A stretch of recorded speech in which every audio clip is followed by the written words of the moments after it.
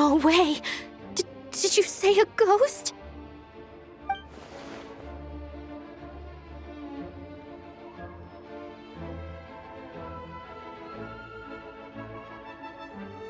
It's true, I swear. Everyone's talking about it. The moment it strikes midnight, eerie music echoes from the theater. Someone even saw the ghost shadow dancing on the wall.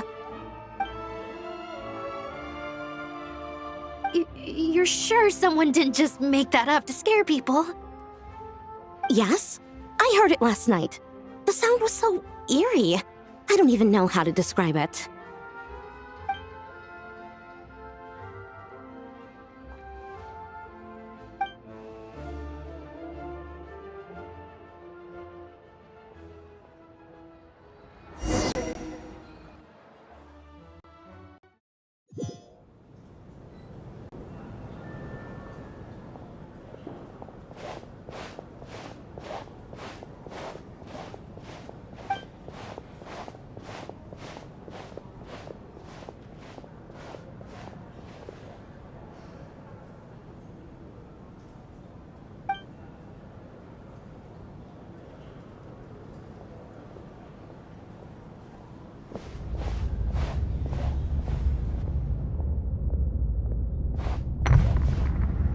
What was that?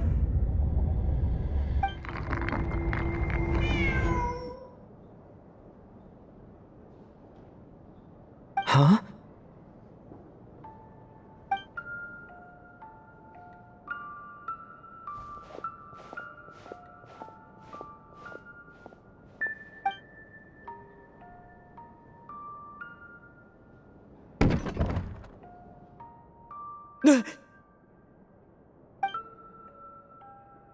Who's there?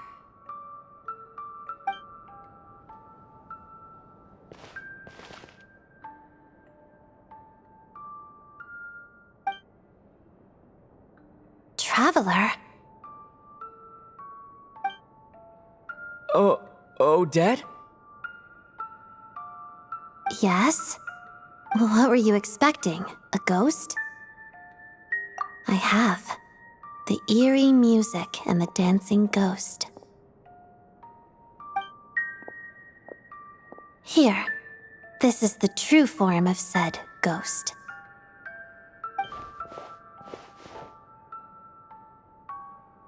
It's a music box. It was a birthday gift from my mother when I was little.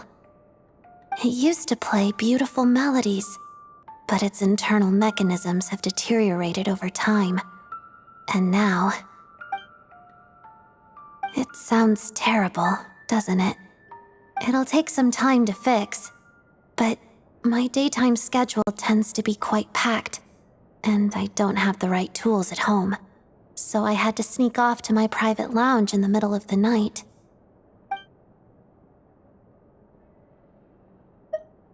Yes, this area belongs to me. Doesn't it look the part?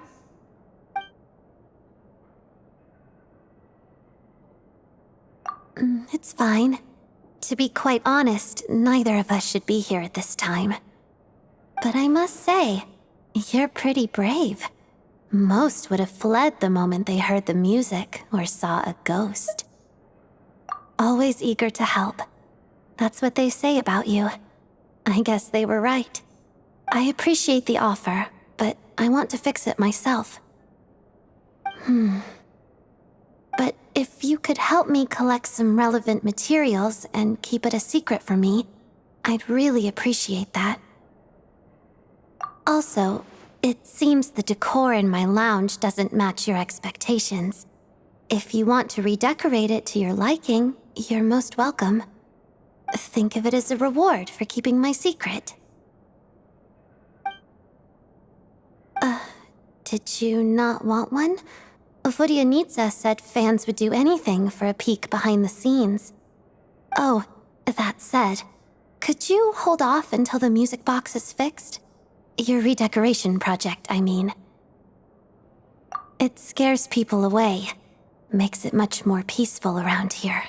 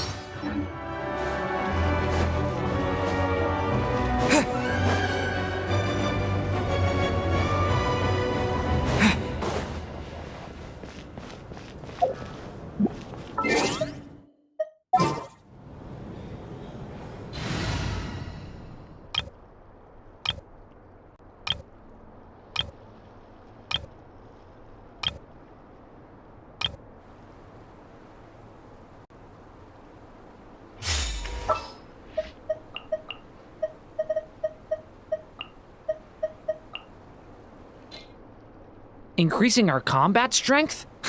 I'll do my best.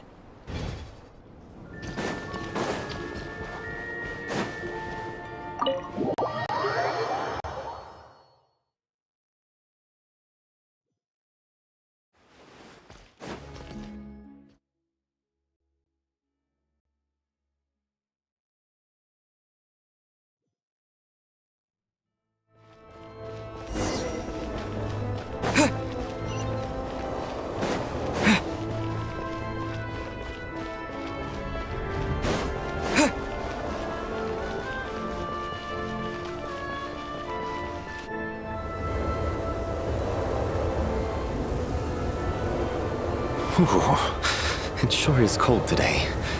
I wonder how much heavier the snow's gonna get. Here to see Odette? I just need to see your tickets for the preview. Perfect. Thank you. I'll hold on to your tickets. Come on in. It's freezing outside.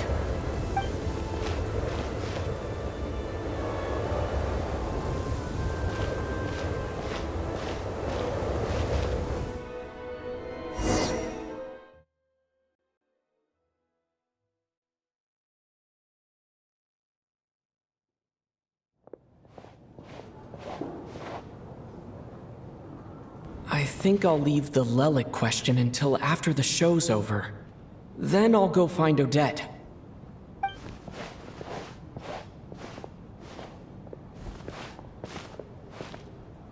Child said he was originally going to come with Tonya.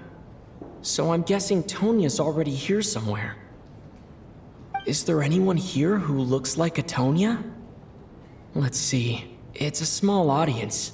Makes sense for a preview. But wait, I do see some familiar faces. Mr. Chuganov's back again by the looks of it. Oh, and is that Mitya? And that Fatui officer, Valeri. Guess he must be playing cat and mouse with Mitya again. Oh no, it looks like the show's starting and I still haven't found Tonya. Never mind. I'll just have to take a seat for now and see if I can catch her afterwards.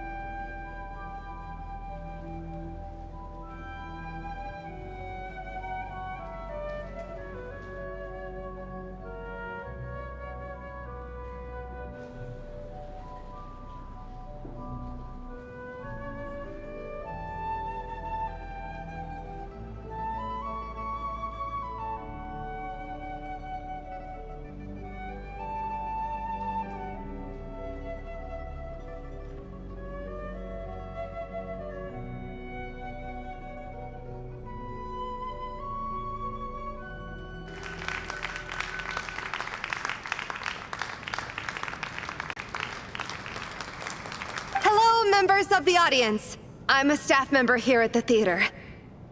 Today's performance was a very special one for us, as it marks the first attempt in a long time to revive the classic Snezhnayan ballet, Spirit Seeker. To commemorate this occasion, we would love to take a group photo of the cast, crew, and audience members present today. Could I kindly ask the audience to please come up onto the stage?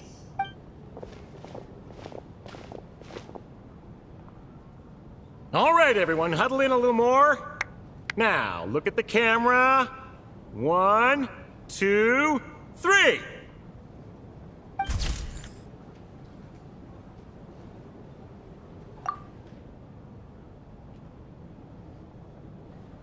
Are you quite satisfied, Mr. Energy Scientist? I rather hope you don't have any other escape plans to add to my workload today. What are you talking about, Sarge? This was simply my way of inviting you to watch Miss Odette's new show with me. And wasn't the performance spectacular? In the future, I heartily encourage you to take a leaf out of my book. Find some soul-nourishing pastimes to enrich your time outside of work. It was indeed a fine performance, but I must correct you on one point. This is not time outside of work. These are working hours. Working hours and non-working hours are just a social construct. Human technology can never advance if we're too rigid in our thinking, Sarge. May we leave now? Already? I mean, I was kinda hoping to soak up the atmosphere for a little longer, but... No? Okay, guess I'm pushing my luck. Didn't seem like too much to ask, but fair enough. Off we go then, Sarge. Back to the land of working hours. Lead the way. That has to be her. She's the only person in the audience around Tonya's age. Excuse me, are you Tonya?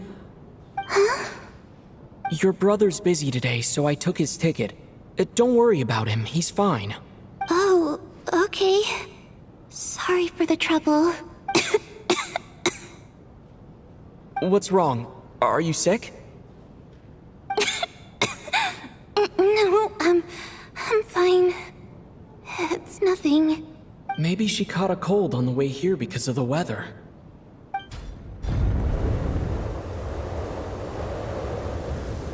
I haven't seen snow like this in a long, long time. It's most unusual. I know, it's completely white out there. You can barely see a thing. I've never seen such heavy snow in my life. Let's wait it out for now. You'd be lucky not to freeze to death in this weather, let alone find your way. Well, look at that. Maybe we shouldn't be in such a rush to get back after all. What do you think? Let's wait and see. Why do you need to take it so seriously? Fate has given us this wonderful chance to take a break. We owe it to ourselves to make the most of it. Come to think of it, there's a small inn not far from here that always keeps plenty of extra blankets on hand for guests. I know the route well. Shall I head over and borrow a few blankets? That way, anyone in a hurry can wrap up warm for the journey back. Just remember to return them next time you're over this way. Sir, there's really no need to go to all that trouble. Hey, it's no trouble at all. Wait here, I'll be right back. What a kind gentleman. Very good. My wife and daughter are waiting for me at home, so I shall be heading back as soon as I get my blanket. So... are you expecting us to go back to the Armory Palace wrapped in blankets too? Don't worry about that. I made arrangements in advance. Should I not return to the Armory Palace within 3.5 hours after Operation Showtime begins, an armed squad will be sent to collect us. They will escort us back. You are one of our key military personnel, so any weather-related risks must be eliminated. Operation Showtime? So, wait. Every single time you drag me back to work when I sneak out, it's a whole official operation? I gotta say, you've really turned this into quite a moral dilemma for me. It's snowing pretty hard out there. I think you should stay here for now. You seem a little under the weather. Sure. My brother might come pick me up in a bit anyway. Time to get to work. I should head backstage and find Odette. I need to look her in the eye and ask her about Lelik. Excuse me, are you looking for someone?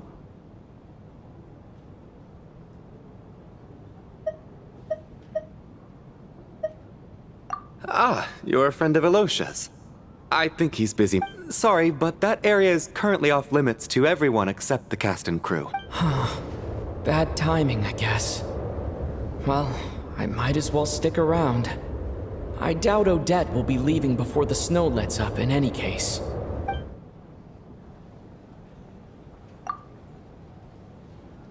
What happened to the gentleman who went to fetch the blankets? How has he still not returned? I was thinking the same thing. It's still snowing very hard. Do you think something might have happened to him? Whatever the reason for his delay, I must say I hate nothing more than people who make empty promises and fail to deliver. Well, I have to treat my employees like that on occasion, but that's different.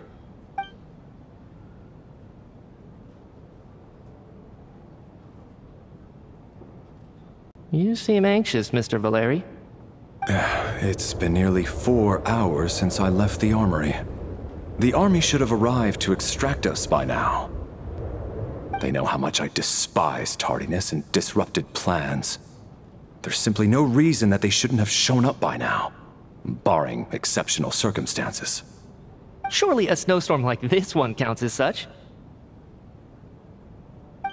Few things in this world can stop the Snezhnayan army, Mr. Mitya. And a snowstorm is certainly not one of them. Why don't you go out and take a look? They might be right outside, waiting for your orders before they dare come in.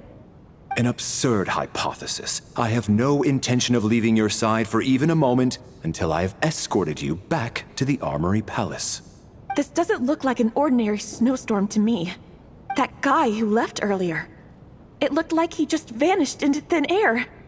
Either that, or my eyes were playing tricks on me. A man-eating snowstorm? Come on. Night hasn't even fallen yet. Spare us the ghost stories.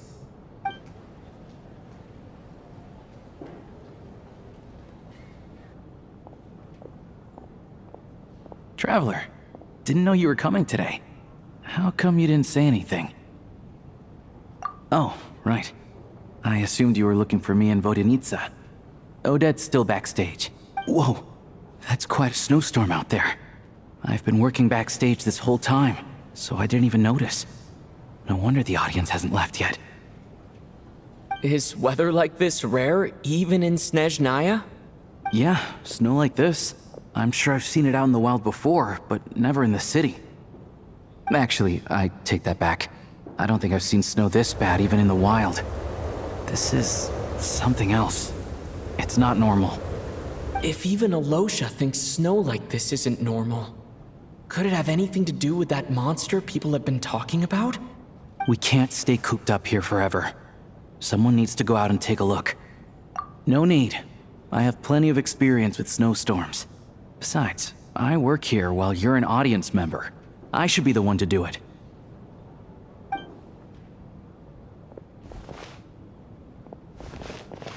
Everyone by the door. Careful not to let the snow soak into your shoes. In a snowstorm, you gotta look after your toes above all else. Heading out, my man? Be careful. I've been told the snowstorm eats people alive. Thanks for the advice. I am planning to be careful. I just want to take a quick look at the situation out there.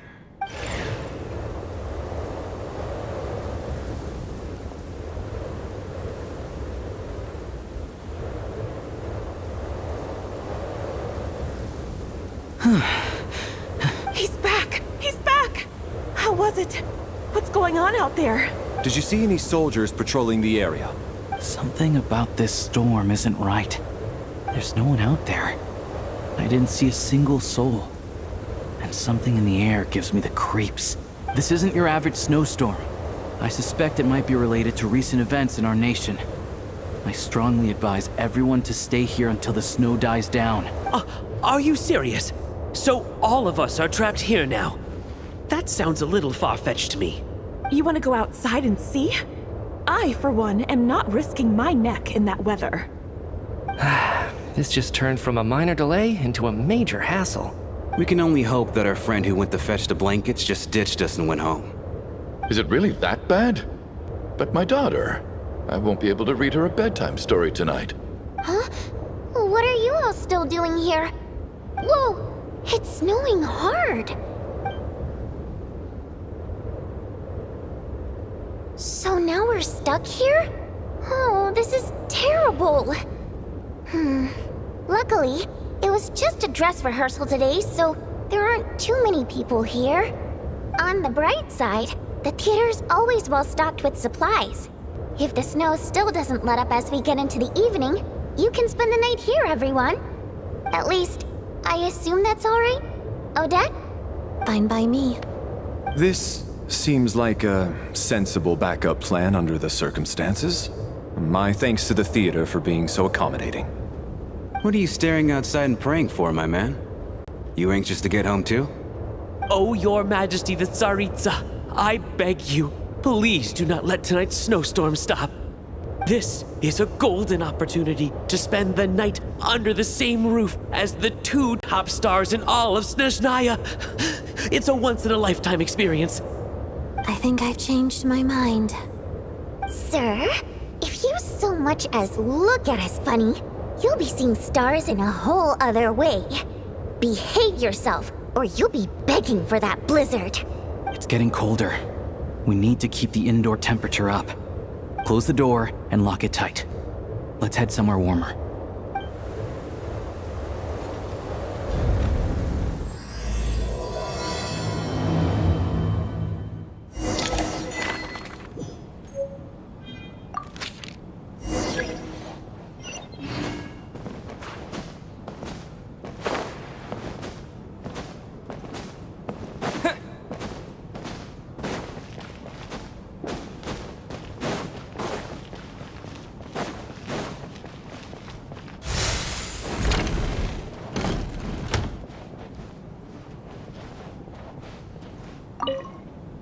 And then there's the aristocrats. Easiest of all to deal with. You don't need to use any force whatsoever. All you have to do is show them the rope you plan to tie them up with. Do you know why? I don't. Do tell.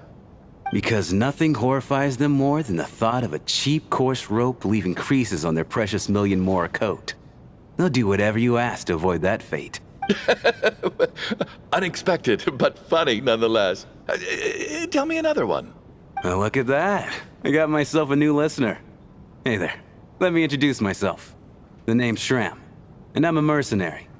The kind that gets paid to do odd jobs for rich folks. And I am Chuganov, an entrepreneur. If my name is unfamiliar to you, you will no doubt have heard of my factory, the renowned Iskra manufacturing plant. Are you really that famous, Mr. Chuganov? How come I've never heard your name before? Excuse me? Is that a joke? Or are you being serious? Oh, I'll have to ask my rope later. He's probably tied up more entrepreneurs than I've ever heard of.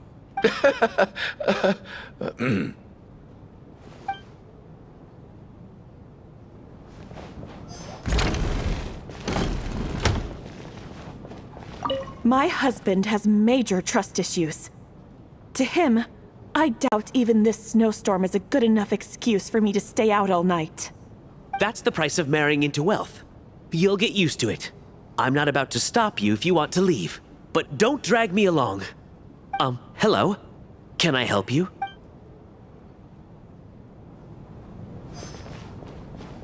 How are you feeling, Tonya?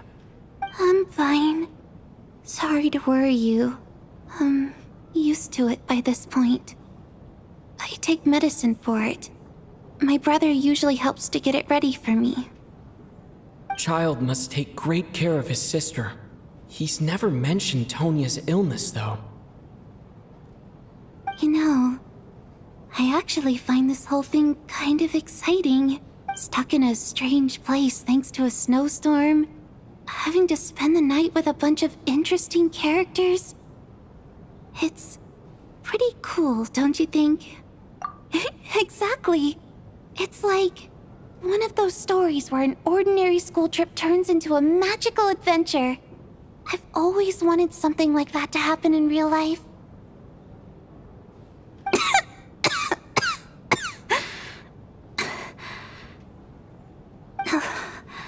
I'm fine, really. Just got a little overexcited. Look after yourself. Otherwise, your brother will come after me.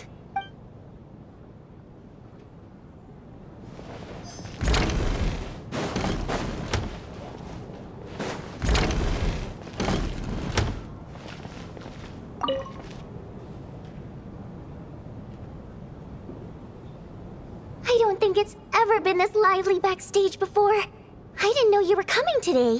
Hey, have you seen Chuganov? I heard he was coming today. Have you spoken to him at all? I'm with you. This could be just the chance we need. Yeah, I gotta figure out a way to coax some more intel out of him. I want to know why he suddenly changed his stance on Project Snezhnaya. What exactly happened before the most recent Vecha vote? For the Rokad, or just out of personal interest? Shh! There are other people around. Don't say the R word.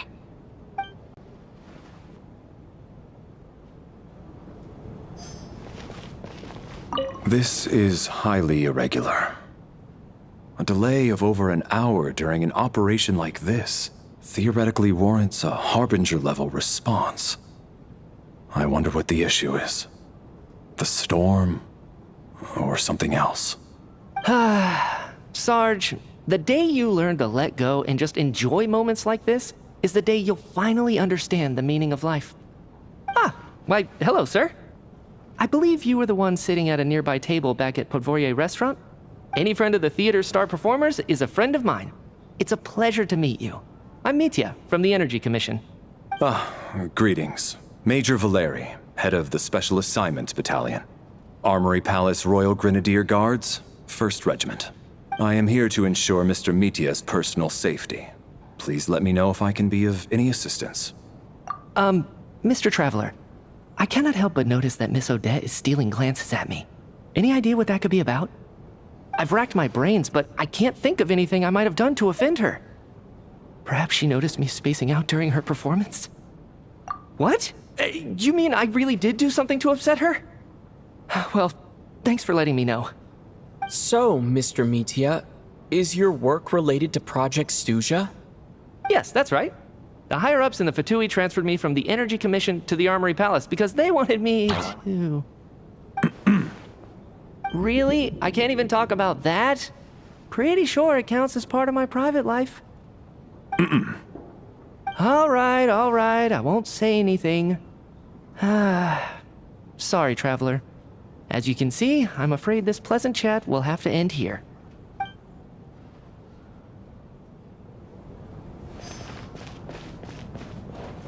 I have to say, even though today was a rehearsal and there were some hiccups along the way, Miss Odette's performance was one of the best I've ever seen, even compared to an actual show.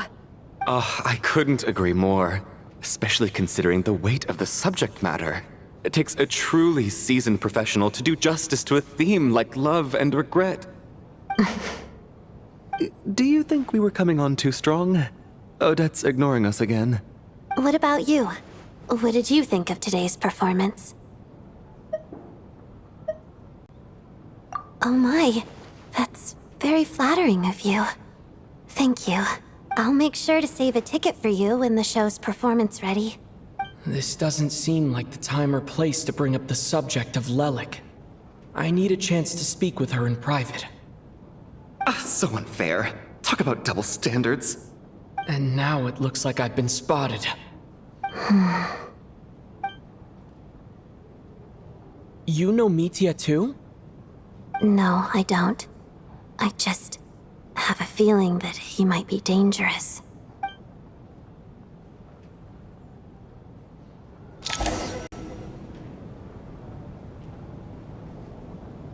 How's it looking, Alosha?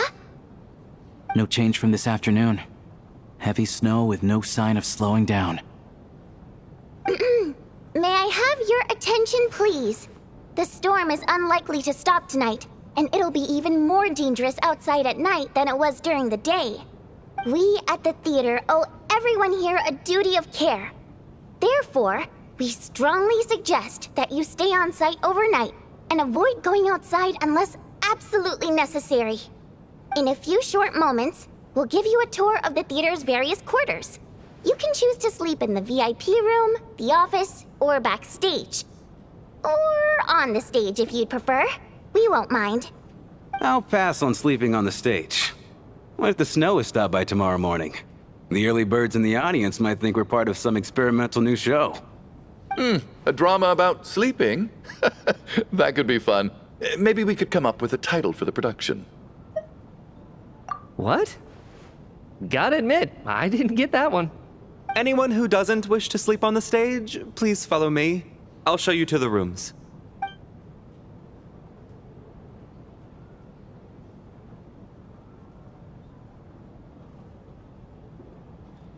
I guess I'll call it a night.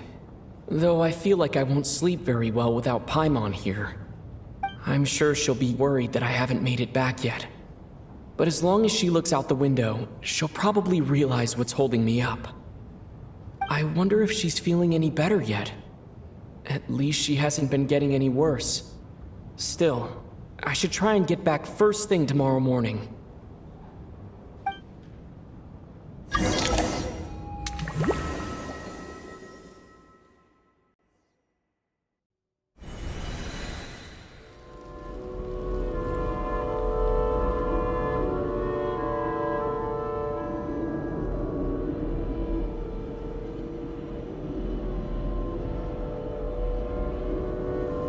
Ah, finally!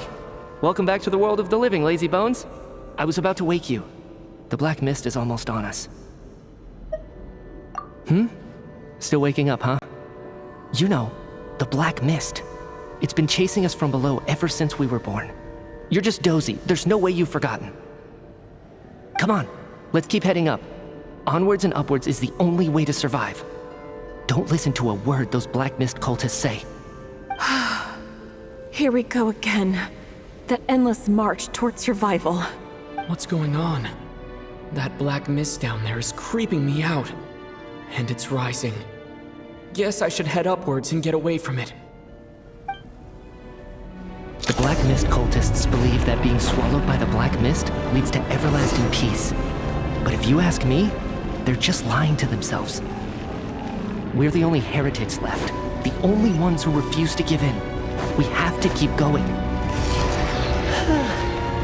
But how do you actually know that they're wrong? Dangerous question there, Torgov. The moment your faith wavers, you start a chain reaction that ends in the collapse of your will. Put the question out of your mind. Stay strong and believe that the black mist means certain death. Okay, but it's not my I can't do this anymore. I've had enough of being forever on the run. What's the point of it all? All this will pass eventually, I promise. Keep fighting. It will be worth it. You accuse the Black Mist cultists of being liars. But you're lying too.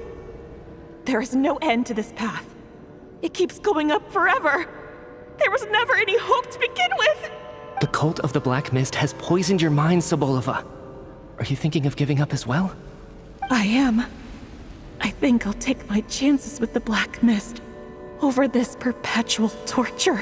As much as I detest the Black Mist cultists, I'm just too weary. Then I bid you both farewell. Let me put my personal opinions aside for a moment and say, I hope that you both find peace within the Black Mist. Fate always appears so impossibly complicated. But at moments like this, its raw simplicity is laid bare. Their fate was sealed from the instant they entertained doubt. From then on, the outcome was both inevitable and irreversible. Let's go.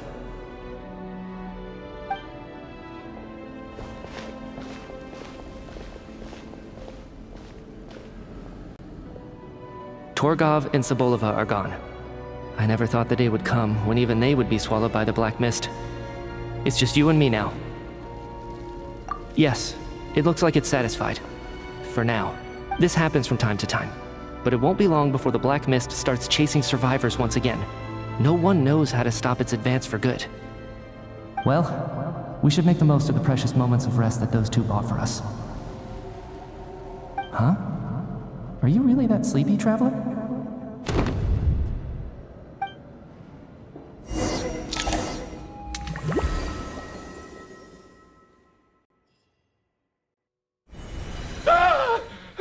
Help! Somebody, come quick! What is it, Chuganov? What's wrong? Huh? Is it morning already? What's all the commotion? Sounds like it's coming from next door. I should check and see what's going on.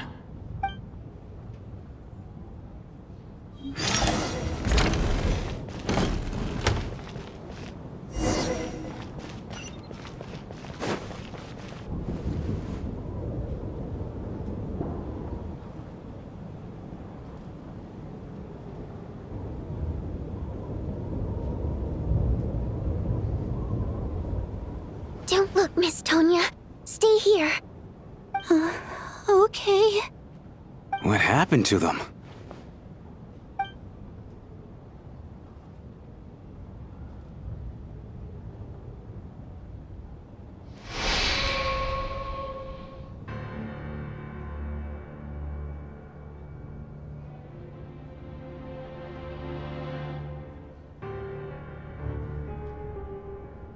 These two people have passed away. And the strange thing is that somehow, I knew this was going to happen. I knew that they would be the ones to die. Have I seen this moment before? Or did I have some kind of premonition? I can't remember what it was. Let me take a look.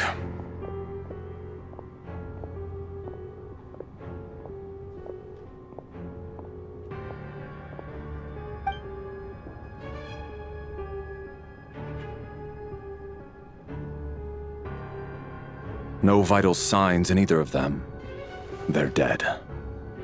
The cause of death, however, remains unclear. No wounds on the bodies, no signs of a struggle, and no skin discoloration caused by the buildup of toxins. But just last night, they were chatting and joking away. This is so sudden. Could they have had pre-existing medical conditions? Even then, the odds of them both dying of sudden complications on the same night are extremely low.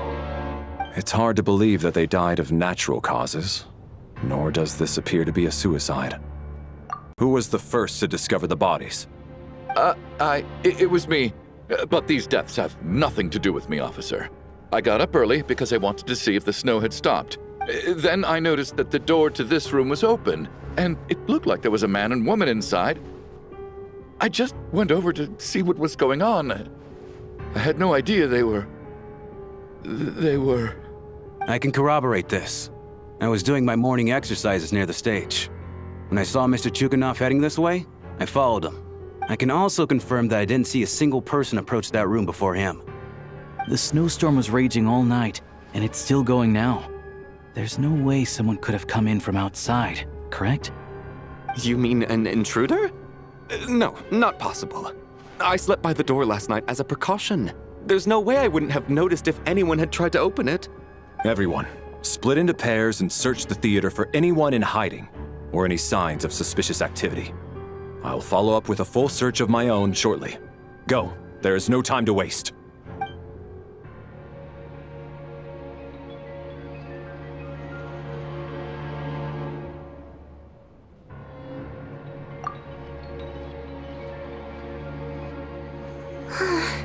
Nothing on your end either? Backstage is clear. No signs of suspicious activity. We checked the basement. Also clear. I don't think there's anywhere here that a living person could hide. Are we certain that the theater doesn't have a back door? Or any tunnel or passageway wide enough for a person to fit through? No, there's nothing like that. If people were sneaking in through some secret tunnel to avoid buying a ticket, we'd have sealed it off ages ago. I also checked the windows. All of them are locked from the inside, and there's no sign of anyone entering or leaving. It sounds like we can safely rule out the intruder theory. If anyone came in during the night in this weather, there'd be no way for them to avoid leaving footprints or water stains. This can only mean one thing. It's like one of those murder mysteries you see in novels and plays, isn't it? The ones where the killer is... one of us.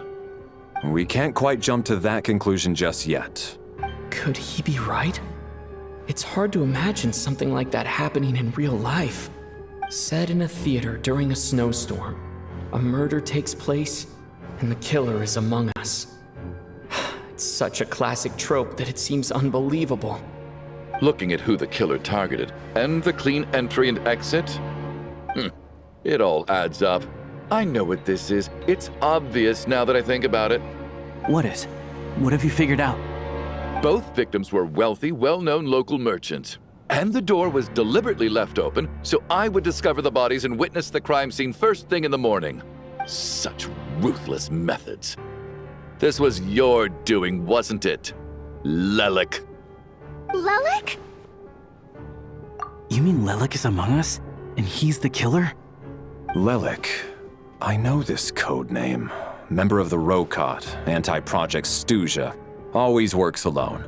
I've read the case files at the Armory Palace. Walk me through your reasoning, Mr. Chuganov.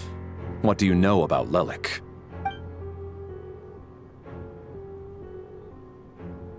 What now, huh?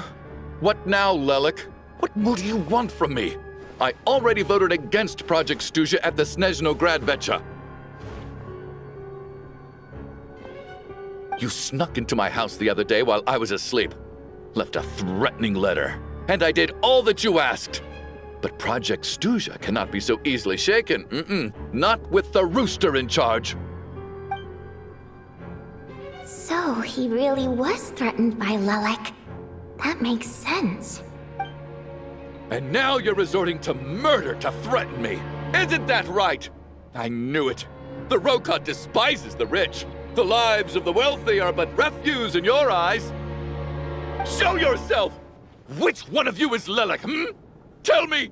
I'll do whatever you want! Just stop playing these mind games!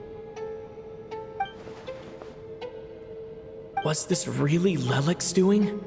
Would Odette really do something like this? If Odette really is Lelik, this seems out of character. But then again, how well do I really know her? I'm probably the only one here with a compelling theory about Lelik's true identity. But if I reveal it now, I'll be putting Odette in the line of fire. What should I do? I don't think it's likely that Lelik killed anyone. At least from the stories I've heard, he's never killed anyone before. And his name has never come up in connection with any murder cases. Besides, even if Lelik did want to threaten you, why resort to such an extreme and roundabout method? It's not his style at all. Vodyanitsa doesn't know that Lelik might be Odette, but her assessment is pretty much identical to mine. Miss Vodyanitsa, why do you suddenly feel the need to speak in Lelik's defense? Defense? Oh, no, it's just...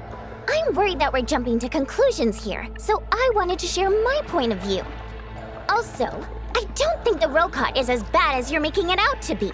Well, if you think I'm so wrong, what's your theory then, Why don't you tell us who the killer is? The case is still evolving, Mr. Chuganov. Please do not prevent others from expressing their opinions so early on in the discussion. Even so, there's no denying that the recent threat received by Mr. Chuganov may well be an important clue. So there's still a good chance that Lelik is right here among us. I can't do this anymore. I don't care if it's still snowing outside. I have to get out of here. Whoa, take a beat. We all know it's far too dangerous out there. Even the soldiers couldn't get to us. Go out that door, and you might not live to tell the tale. And whoever this Lelik is, they're surely not going to murder anyone in broad daylight. Be sensible, my man. You're safer inside. As much as I regret having to say this, I'd like everyone to cooperate and refrain from exiting the premises until further notice. Because as things stand, every one of us is now a suspect. Unless anyone has further information to share, let's adjourn for now. Feel free to keep searching for clues, but make sure you don't go off alone.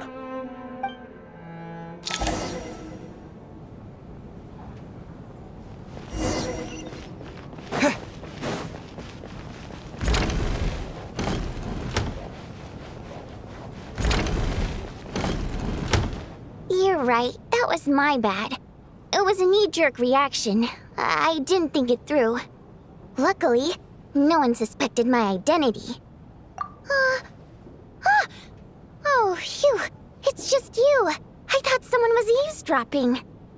Since Vodyanitsa and I were on the same page earlier, I think I should share my thoughts with the Rokot members first.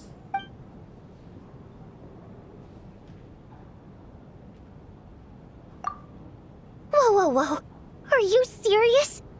I don't know if this counts as gossip, but it's definitely on track to be the juiciest this whole year. Odette? Really? Odette? Oh god, how dumb does this make me look? Lelik has been right under my nose this whole time, and I didn't notice a thing. Actually, it's exactly what you'd expect.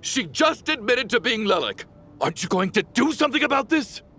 I do have one question, Miss Odette. Why have you chosen this moment to come forward and reveal your identity? If I didn't say anything, everyone would be focusing all their efforts on finding Lelik. And that is exactly what the real culprit wants. I don't want to be the scapegoat who lets the murderer get away with this crime. Despite all the accusations, she made the smart choice. A remarkable display of rational thinking under pressure. Clearly, Odette's talent extends far beyond the art of dance. She thought so far ahead. Ugh, why do I always feel like I'm one step behind her in everything? You've convinced me. Dealing with the murder case remains the top priority right now. Let's put the name Lelik and all related incidents aside until further notice. Nevertheless, the group still considers you the prime suspect. I assume you have no quarrel with that, Miss Odette? I understand. You're welcome to keep an eye on me around the clock. I have no objections. Mr. Chuganov? For my wife and daughter's sake, I'll let you off the hook for now. But don't think you're forgiven for breaking into my house and threatening me. Just wait till we get out of here, Lelik. We'll settle the score then.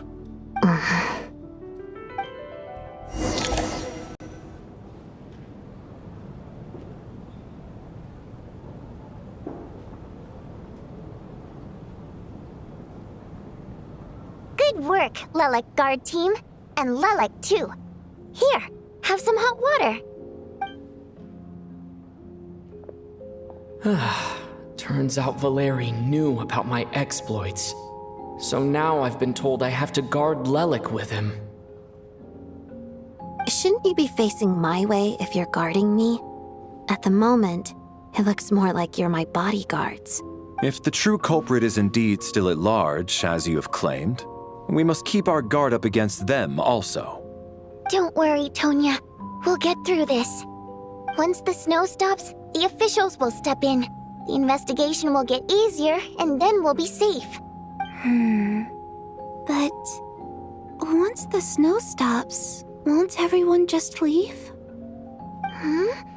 You're gonna miss us, huh? Well, some of us work at the theaters, so we'll still be here.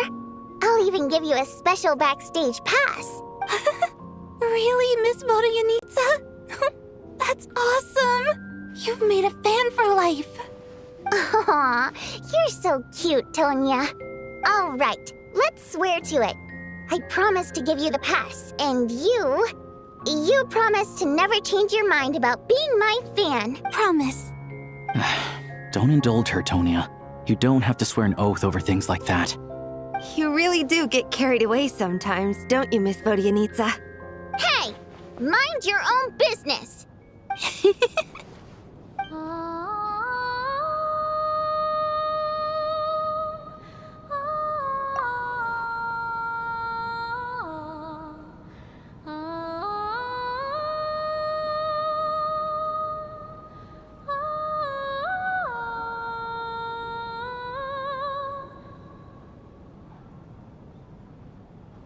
Don't be nervous, Miss Water Imp. Everyone's here. There's nothing to be afraid of. Excuse me? Do I look nervous? Don't be ridiculous. No. You sound nervous, lass. Oh. Wait, but how... Okay, plenty of people know that I'm a water imp, but still... How come you understand our primary mode of expression? Primary mode of expression. I've not come across that concept before. Do enlighten me, Vodyanitsa. Well, it's just... We water imps tend to communicate our emotions to each other by singing rather than facial expressions. The emotions we convey through song take precedence over our facial expressions. So, we think of it as our primary mode of expression. I'm impressed, Shram. I didn't take you for a man of culture, but you're clearly rather learned. It's not about being cultured or not. The thing is, this mode of expression can usually only be understood by other water imps. It's not a simple case of a song sounding happy or sad. And yet, You're clearly human, Mr. Shram. It's really not the big deal you're making it out to be. I think I just have a knack for it. Plus, I have a very close friend who's a water imp. A delightful lady. But keep that a secret. Anyway, we spent so much time together that before I knew it, I noticed I could understand her expressions. Oh, I guess that makes sense. Still, the fact that you have a water imp friend is even more surprising. I'd better watch what I'm singing when I'm around you from now on. Hey, what are you implying? You're not secretly insulting the audience in your songs, are you? Heavens, why would I do a thing like that? It's getting late. We should discuss our sleeping arrangements for tonight. To guard against the killer, someone needs to keep watch. I suggest that we don't sleep in separate quarters tonight. It will be safer if we all stay together. As long as someone keeps an eye on Lelik, I'm quite sure we won't have any trouble. Are you saying that you wish to bet your life on Miss Odette being the killer? Nonsense. Of course not. Then I propose the following arrangement for tonight. The Traveler, Odette, and I will form the Night Watch. We'll sleep in shifts, but 2 of us must be awake at any given time. An excellent idea. This allows us to handle the Night Watch while also keeping an eye on Lelik. Meanwhile, the rule of taking shifts in pairs resolves the other issue. Namely that we can't necessarily trust the Traveler or Valeri either. I expect that plan took you quite some time to come up with, didn't it? Actually, our field combat manual outlines a similar approach. Although the scenario there involves guarding prisoners overnight during field operations. That being said, I must clarify that I harbor no disrespect towards you personally, Miss Odette. In fact, Lelik's numerous covert operations make fine textbook examples for military agents. I care less about respect and more about the fact that you just robbed me of 2/3 of my sleep tonight. I'm calling dibs on being the first to rest. Good night.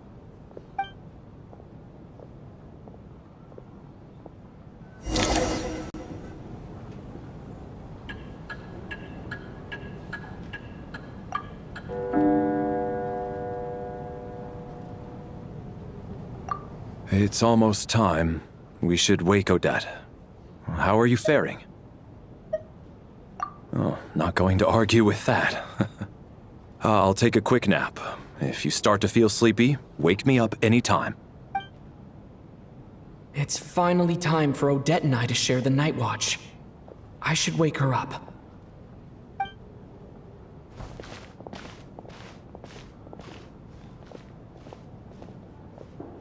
I came here to get information from her in the first place. Maybe I should think about what questions I want to ask before she wakes up. How long are you gonna keep staring at me? Couldn't sleep. My mind's been running haywire. Plus, there's something I've been meaning to talk to you about. I had a hunch that you wanted a conversation too. Let's take this chance to clear the air, shall we?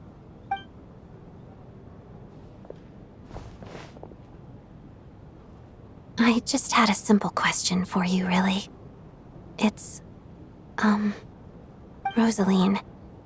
In her final moments, did she have any last words or anything? I see. Well, that was all. I have no other questions. No. She was utterly ruthless in pursuing her goals. That kind of person should be hard to miss. And yet, even though I never approved of her methods, and she was an abrasive person, the fact remains that I am indebted to her. Oh, she told you. I guess that makes sense. I think she and Rosaline were on pretty good terms. Yes, Rosaline wasn't the kind to gossip about this sort of thing. Not that it's any huge secret to me, though. When I was a child, I had to join the Fatui for the sake of my mother and me. I trained under Rosaline. It was extremely grueling, and it didn't exactly come naturally to me. All I could do was try to ignore the biting cold and practice, practice, practice. I was a newcomer who'd managed to make a good first impression on a harbinger. There was pressure to live up to her expectations, to be worthy of the fair lady's reputation. Every day was a struggle against the cold, pain, and fatigue. And most nights, I struggled to fall asleep. After enduring all that, I've become almost immune to the sensation of pain. I suppose that was the cost of survival. Surely, any child who had to experience that would grow to hate her lot in life, don't you think? So, I put an equal amount of effort into my ballet. Because in my young mind, that was the only way to defy my fate. It was my way of telling her, the Fatui's demands and your expectations of me are not what I wish for. One day, I will leave. I think she probably blamed my poor performance in training on my passion for ballet. She knew my heart wasn't in it. One time, when I was secretly practicing a dance at night, she suddenly showed up. I knew she was there to catch me red-handed. I told her, "You don't deserve to watch the dance I learned from my mother." She looked stunned. I guess she was surprised that I lashed out first, before she had the chance. But strangely enough, on that occasion, she wasn't fierce with me like she was during training. Instead, she fell silent for a moment, and then left. After that, she never interfered with my dancing or asked me how it was going. She never came to watch me dance again either. Not even once. She was. But even now, whenever I take out this core Ignis, I can't help but think of that night. Of the look on her face. Sort of. Although gift might be too kind a term. This is her flame sealed within ice. A symbol of her favor, yes, but also our way of keeping an eye on people. She knew the location of every piece of core Ignis. If any recipient started acting suspiciously, she'd be on to them immediately. Trust her to make even a mark of approval feel suffocating. So, when news of Rosaline's death reached Snezhnaya, many people immediately crushed their core Ignis. It gave them a profound sense of relief, like they'd broken free from her shackles. But I kept mine. With my sensitivity to pain being as dull as it is, the warmth from this core Ignis is one of the few things I can still feel clearly. I still wonder, did she really come to stop me that night? I wasn't sure, but I was scared, so I said some really awful things. I guess she didn't leave anything behind.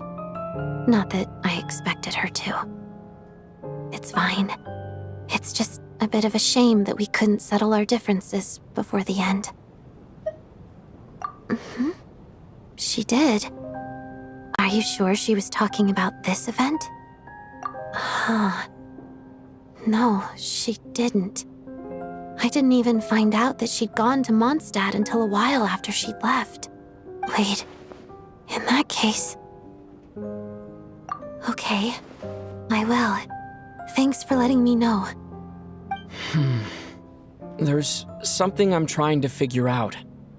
I'm beginning to suspect that Paimon's mystery illness is being caused by the energy research behind Project Stuzha. Paimon's very important to me, so I have to get to the bottom of this. I figured that since you're Lelik, you might know something about all this. The ultimate goal of this energy experiment is to create a weapon for the final battle. The weapon's construction was completed in Nodkrai. Now, all that remains is to arm it with a sufficiently powerful energy. Yes, the weapon's development and all the related experiments are overseen by Lord Piero, the Jester, and the lab is located deep within the Armory Palace. I'm not sure why this experiment would be making Paimon feel unwell, though. The best way to get to the bottom of it would be to go there in person. Once we get out of here, I'll help you apply for an entry permit. And I'm hardly the organization's proudest member, as you know. You answered my question about Rosaline. I want to do you a favor in return. It's that simple.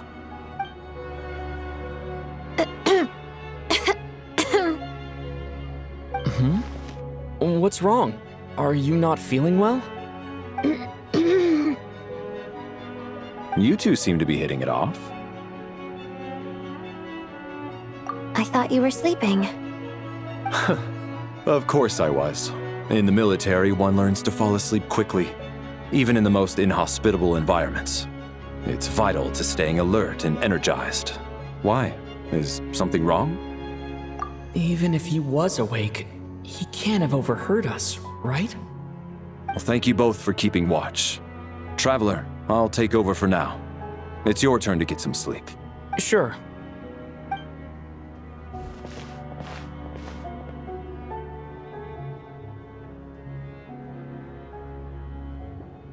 This is our second night here, but at least I found out a little more about Paimon's condition.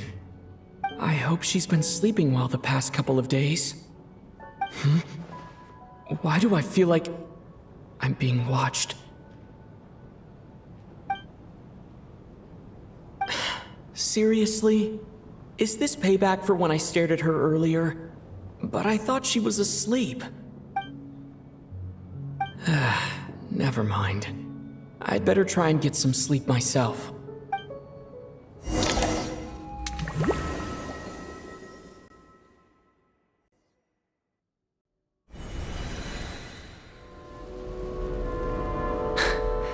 Hey, what are you spacing out for? Are you reaching your limit too? How long have we been walking for? Do you remember? Time's lost all meaning. Ever since we noticed that thing above our heads. What was it called again? A star key? Or key star? Anyway, the person who named it was swallowed by the black mist. Whatever it's called, ever since we noticed it, we've been walking up and up, hoping that as long as we reach it, we can find a way out of this place.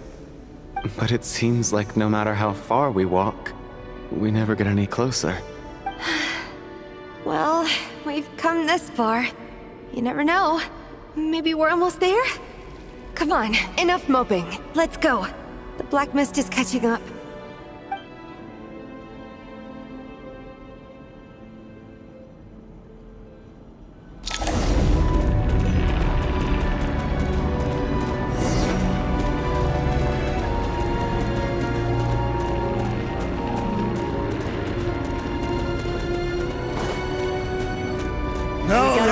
Monsters!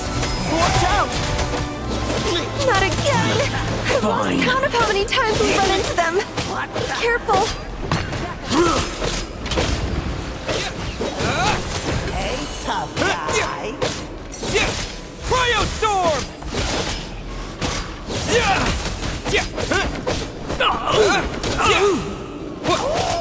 Now I'm back! Fighting frog!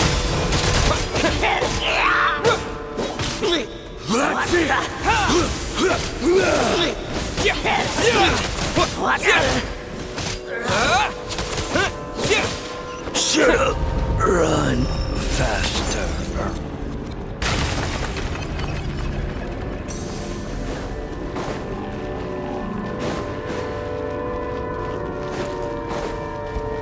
Here they come again! Get ready!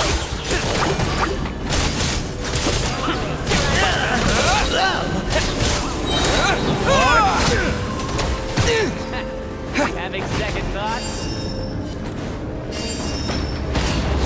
Bombs away! Encase! What the?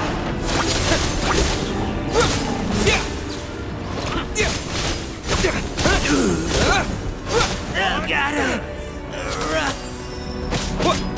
What the? Fighting frog!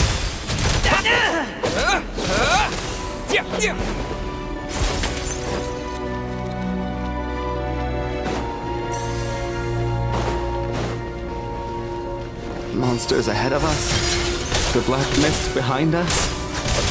Feels like there's no escape.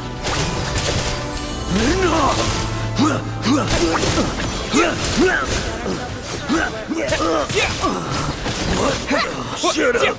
Run faster.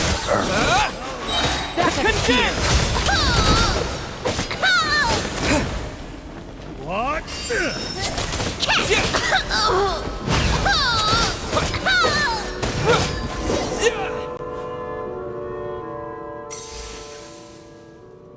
Are you hurt, Coolish? No, I'm fine. It's just... Suddenly I don't want to walk any further. I get you. In fact, I reached my limit a long time ago. Sometimes it feels like there's hope where there shouldn't be. Yeah. The hope that the star gives us is the only thing keeping us going. But I'm not sure it's real at all. It may just be a collective illusion. Otherwise, why would it always be out of reach? We know you mean well, but you're only saying that to try and encourage us to keep going, aren't you? Thank you, friend. But enough is enough.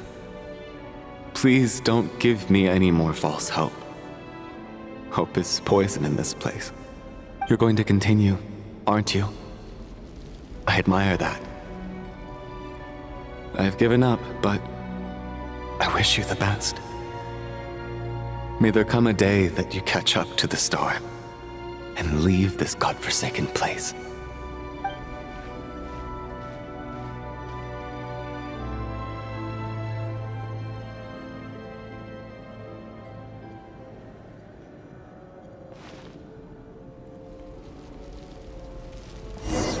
It's not an illusion. We really are getting closer to the star.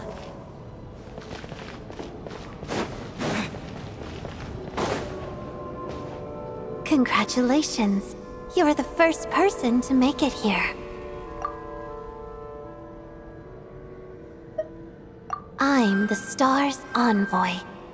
The black mist has stopped rising. Its hunger is satisfied for now, having devoured your two companions. This is a good opportunity.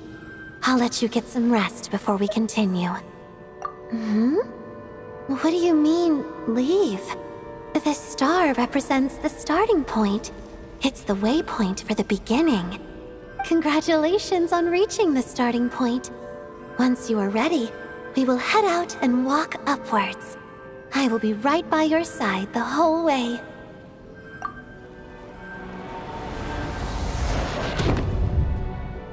Huh? What's wrong? Hey, don't give up before the journey's even begun.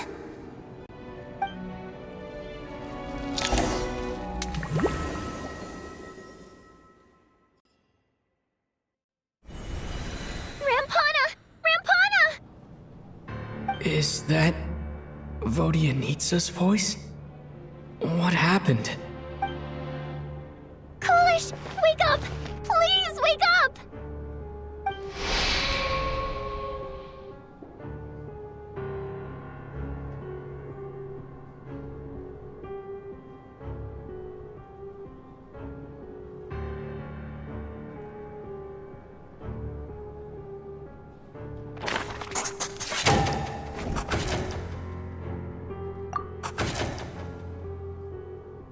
The situation is identical to that of the two casualties yesterday. We cannot ascertain the cause of death. At least there are some elements that we can rule out this time. They slept on the stage with everyone else, so I suppose the surrounding environment can't be a relevant variable. Rampana. Coolish. Weren't some of us keeping watch last night? 3 of us, in fact. How could you not notice something was wrong? I'm as confused as you are. Certainly nothing unusual happened on my watch. Likewise, and from what I've observed so far, both Miss Odette and the Traveler can be trusted. To be honest, I didn't get a wink of sleep last night. I couldn't help but think I was the target, so I just laid there with my eyes closed. I heard the Traveler and Lelik chatting, but otherwise I don't recall hearing any commotion during the night. Me too. I didn't want to wake everyone up, so I was concentrating hard, trying not to cough. I hardly slept at all. If anything had happened, I'm sure I would have noticed. Then, what could possibly be causing this? Once was bad enough. I can't believe it happened again. I worked closely with Rampana and Coolish for so long. I never imagined that one day they'd... And on the stage of all places... Vodianitsa... 4 victims in just 2 days, and we still don't have a single lead. I need to get to the bottom of this as soon as possible. And above all, keep Tonya safe. I'd never be able to look Child in the eye again otherwise. Still snowing? Yes, I just checked. Still no sign of anyone outside either. So we only have ourselves to rely on. If you ask me, this killer can clearly strike whenever they please. The Night Watch was a useless endeavor from the start. Lelik must be an expert in poisoning. Clearly she used some poison that can't be detected on the corpse. Here we go again. Listen, I was already thinking to myself last night, was Lelik's reason for revealing her identity the real story? Well, now I have my answer. It most certainly was not. She's been playing us for fools. You get off on this, don't you? Revealing your identity, only to carry on with your killing spree? That's a hideous thought. One that only a hideous mind like yours could dream up. How dare you? That's enough. Yesterday, you named Lelik as a suspect because the victims were both wealthy merchants. Lelik might have had a motive then, but today's victims were just ordinary people. Not to mention that they were colleagues of Odette and mine. What reason would she have to murder them? Let me guess, just to scare you? Who knows? Maybe you don't know her as well as you think. I implore you all to ask yourselves, how many people are there really in this world that have what it takes to kill another person? Not many, I'd wager. Lelik is well known to be a ruthless operator, and now she has revealed her identity. How could it be any more obvious? Everything you've said so far is still just conjecture, which doesn't constitute a concrete lead. You need to back up your claims with some evidence. How can you defend her, officer? What did she say to you while you were on Night Watch? Maybe I shouldn't be so surprised. You military types are always colluding with criminals to target the rich.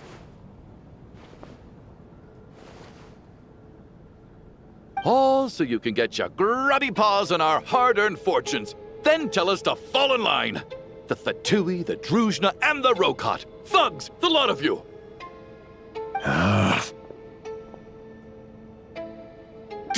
Don't you dare! Sir, but... You were the one who told us not to stop other people from expressing their opinions yesterday. 4 people have already died. Only yesterday I was chatting with Mr. Coolish. Then we woke up in the morning and he's... Turning against one another is the last thing we should be doing right now.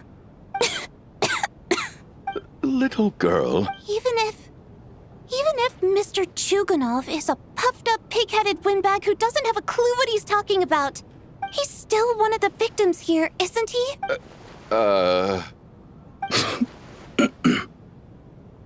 Quite. I had no intention of resorting to violence. But you're right, Miss Tonya. I ought not prevent him from speaking his mind. In any case, I believe Mr. Chuganov has calmed down a little now. We may resume our discussion. I don't think there's any need for that. What is there to discuss? Nothing about this situation is normal. Did you have an idea, Mitya? You're the brainiac here, right? Come on, clue us in. I've been mulling something over. All the leads we have so far concern things from outside the theater. Miss Odette's alter ego, the threats Mr. Chuganov received. But then there's the 2 double murder crime scenes themselves, which have given us absolutely nothing to go on whatsoever. That's highly unusual. Even with the most careful killers, there's always some evidence left behind. So what are you suggesting? I think this could be a supernatural event. It isn't characteristic of human-on-human homicide at all. Correct me if I'm wrong, but aren't you supposed to be a scientist? That doesn't sound like a conclusion someone like you is supposed to make. I got into scientific research because of my insatiable curiosity. But if the present situation defies all known scientific explanations, I don't mind shifting my curiosity toward the paranormal instead. Now that you mention it, I remember when I first came to the theater. I heard rumors about this place being haunted. Haunted? Yeah, I think I heard the same thing. But I mean, they're only rumors, right? We've worked here for years. Surely we would have noticed any spooky goings-on by now. Well, this has taken an unexpected turn. A haunted theater? If Paimon were here, she'd probably be hiding behind me in fear right now. Why don't we take this opportunity to look for clues again with a more open mind?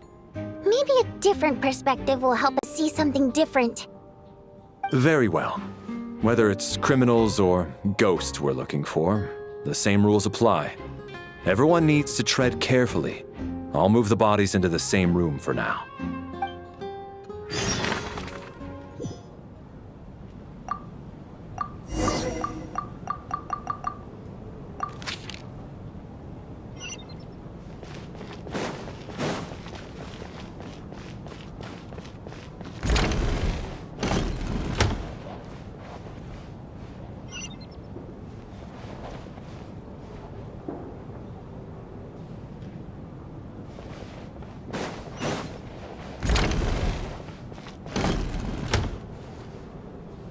Valeri, come take a look at this.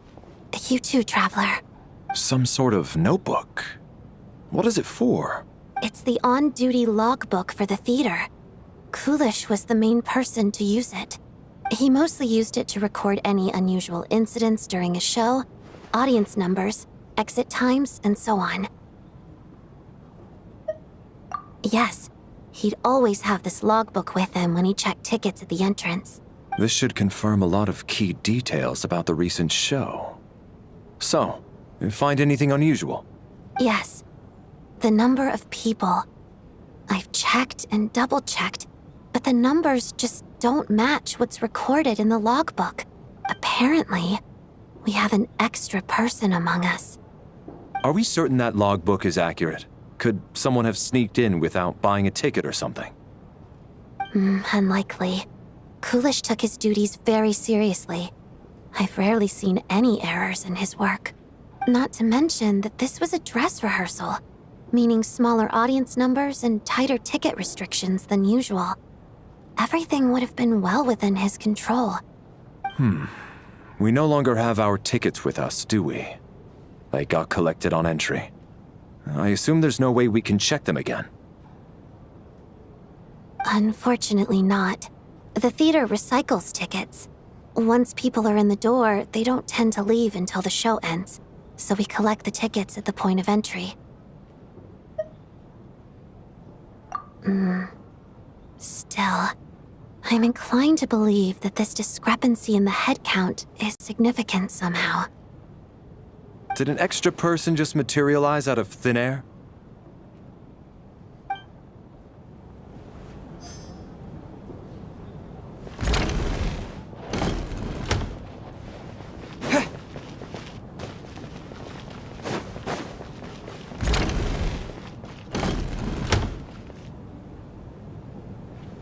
Traveler.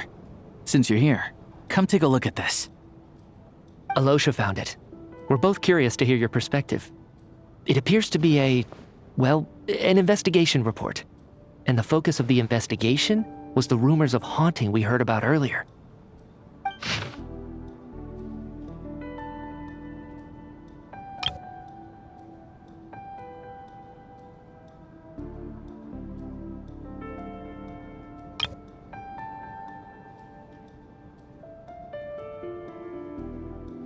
An investigation report, huh? Looks quite old. This person's name looks to be of Sumeru origin to me. Was the investigator from Sumeru? The theater manager must have hired an investigator once specifically to look into this issue. But it doesn't look like anyone ever looked at the report. Presumably, the manager wanted to know if the supposed haunting was dangerous while also being fearful of word getting out in case it affected the theater's business. Anyway, the bottom line is, the haunting is actually real after all. It's caused by an obstruction in the ley lines. Is there any chance this is the key to finally making some progress with the murder cases? Ley line problems are pretty unexceptional to me by this point. And while it certainly offers an explanation for the ghosts, it's hard to imagine what connection it could have to these two murder cases. Some of the language that appears at the very end of the report caught my eye. Angel civilization, ley line renovation? My area of research doesn't touch on any of that, so it's completely outside of my wheelhouse. Huh? A piece of paper just fell out from the report. It landed right by your feet.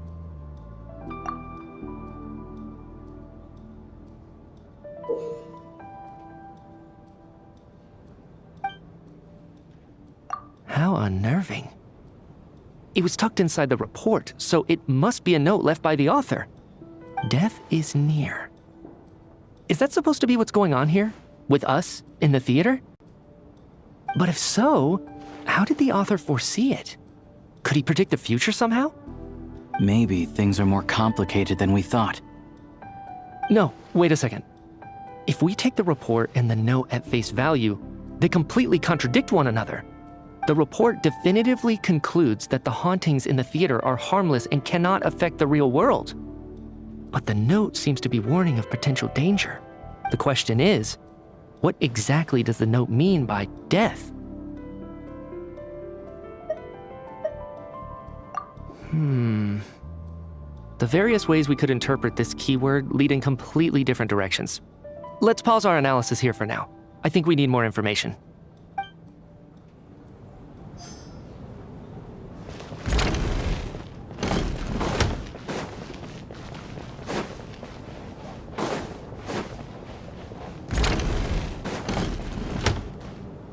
Tonya, did you find anything?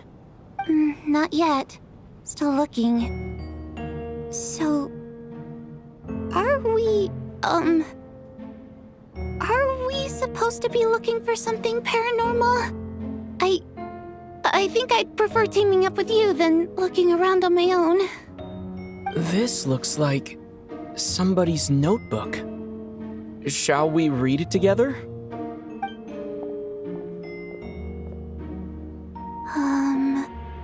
Well, it doesn't look scary or anything, so I guess it should be fine. All right, let's read it together.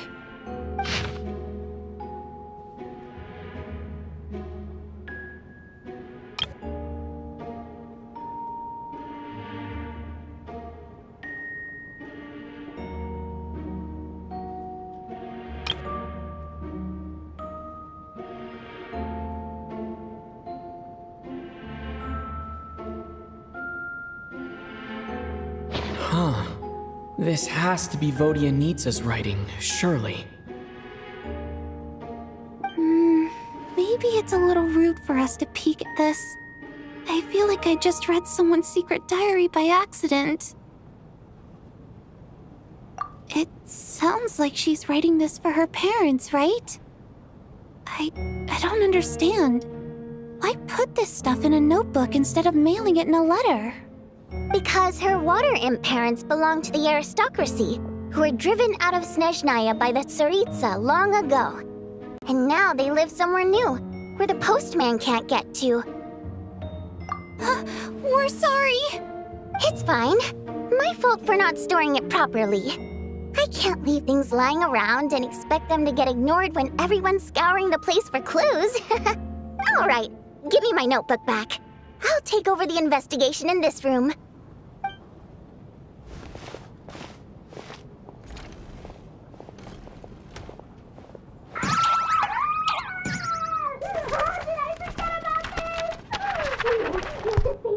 Oh God, and this one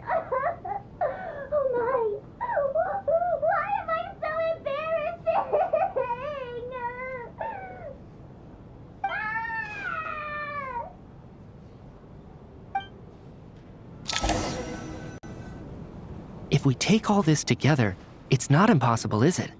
If anything, it's the natural conclusion. Oh, I beg to differ. This sounds to me like a product of a researcher's vivid imagination. And perhaps it's because I'm still viewing this through the lens of a typical murder investigation. But still, I'm struggling to be persuaded by your theory.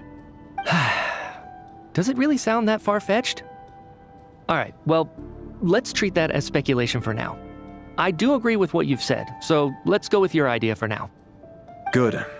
Okay, now that we finally have some meaningful leads, I think it's time to reconvene. Let's get the others.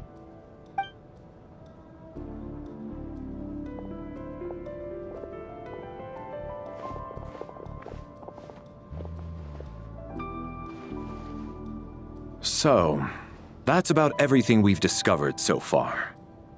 I'll share my theory first.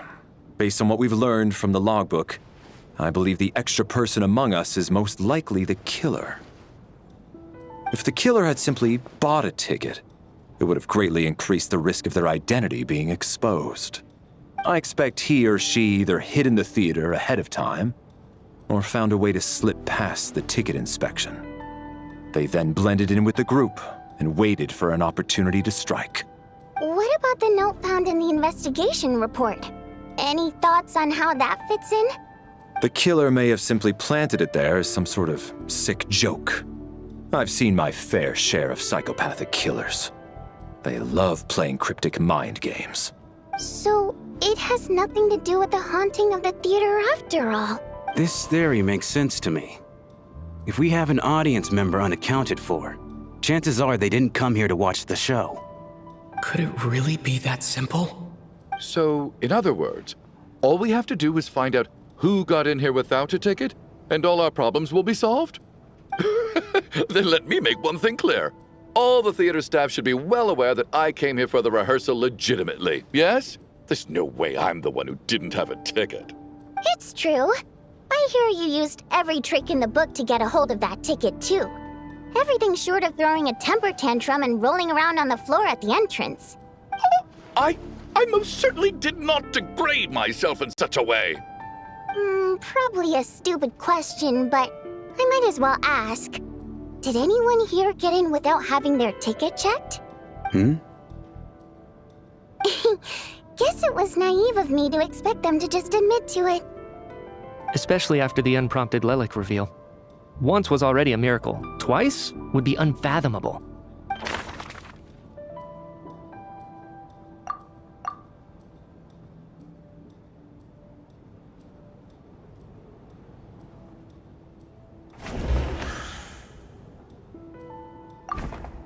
I don't believe any of us here knew Shram before all this. If no one can verify Shram's identity... Mr. Shram, did you really go through the ticket inspection to get in here? Huh? Me? Why am I being singled out, my friend? Do I seem that suspicious? It's not that you stand out as suspicious, more that everyone else has been ruled out as trustworthy. Okay. Well, we spent the best part of 2 days together now, so I'm sure you can all tell what kind of person I am. I'm a true gentleman. I never dream of doing something like sneaking to the theater without a ticket.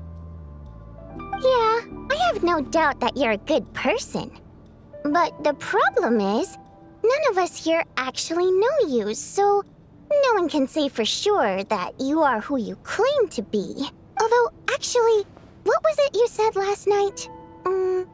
Yeah, you're friends with that water imp, which is why you understand our primary mode of expression. Last time I checked, there were barely any of us remaining in Snezhnaya, since most of the water imps left.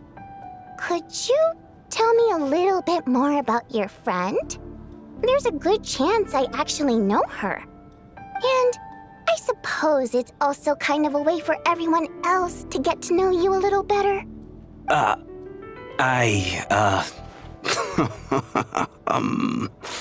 Good grief. Are you blushing? Pull yourself together, man. Stop giggling like a teenage boy. It's revolting.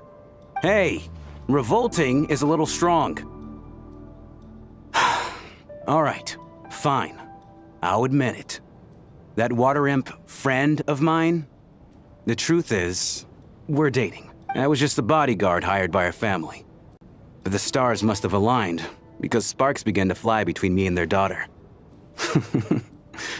Never in my wildest dreams did I think I'd get so lucky. We don't need details. Just get to the point. Okay. I'm just a little hesitant to reveal her name, that's all. You know how it is. These are delicate times, even with me to protect her. If word gets out that she's dating a human, both the Fae and human factions will give her a hard time. Really? Wait, no. That can't be. Huh? Shram, what the devil are you talking about? Why is everyone looking at me like that? Surely you can understand where I'm coming from. Delicate times? Factions? Yes? You know, the Civil War? Last time I checked, the Fae and the humans were still at each other's throats. If I'm not mistaken, the last significant civil war in Snezhnaya history was over 400 years ago, when Her Majesty the Tsaritsa had just taken the throne and was consolidating her reign. What do you mean, 400 years ago? What's going on here? Is Shram from the past? All right, Mr. Mitya, you win this round. As far-fetched as it is, it appears that your theory may be correct. I'm just as amazed as you are. I didn't even believe it myself, to be honest. Is someone going to explain what's going on here? From the look on your face, you figured it out too, haven't you, Traveler?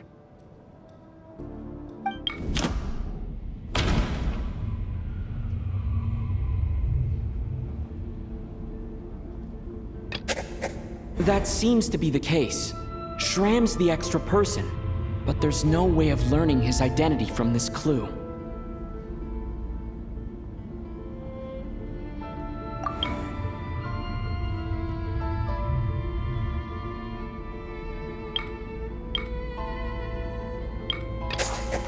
The theater's ley lines have been modified to block souls within its grounds from returning to them. Some souls can even wander this place forever. Mr. Shram's statement proves he is from hundreds of years ago. And according to the investigation report on the theater hauntings, Mr. Shram is very likely a lost soul wandering the theater.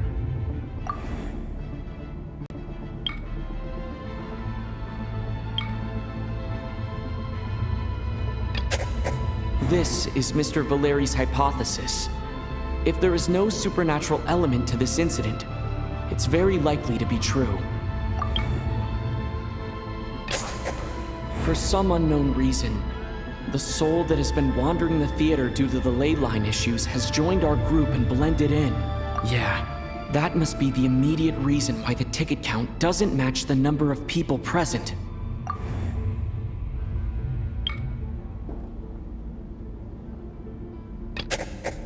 The death of those victims is an irrefutable fact.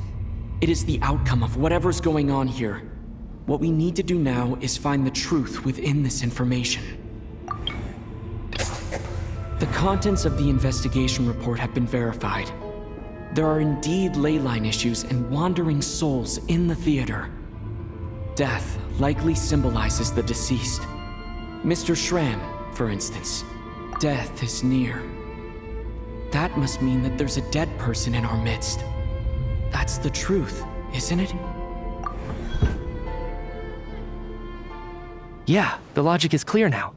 The investigation report said that there would be souls stuck wandering around the theater because the ley lines were cut off. Mr. Shram must be one such soul who died in the theater a long time ago. In which case, that also makes him our extra person. So when the note said death is near, it must have been referring to death as in the deceased, people who died a long time ago. Someone who died a long time ago. In short, there's a dead person among us. The extra person we've been searching for is a ghost from the past. You mean I'm a ghost? No. Don't make jokes like that, my man. There must be some mistake. But even if I was dead, I know for a fact I didn't kill anyone these past 2 nights. Yeah. Even if all that's true, the report also said the souls inside the theater can't affect reality, right? They're harmless.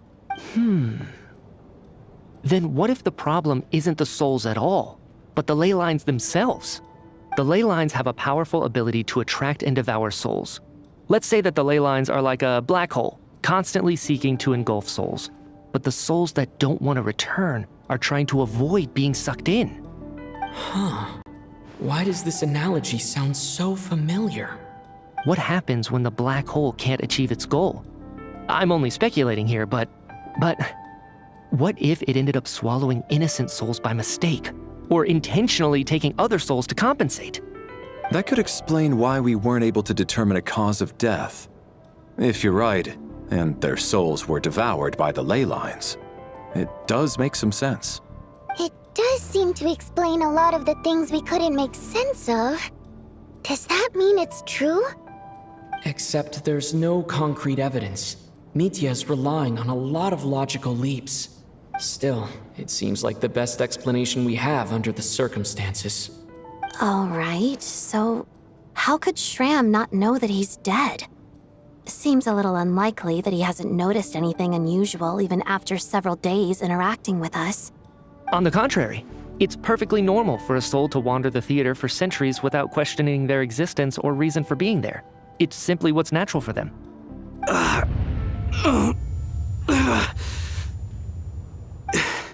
You know what, Mr. Brainiac?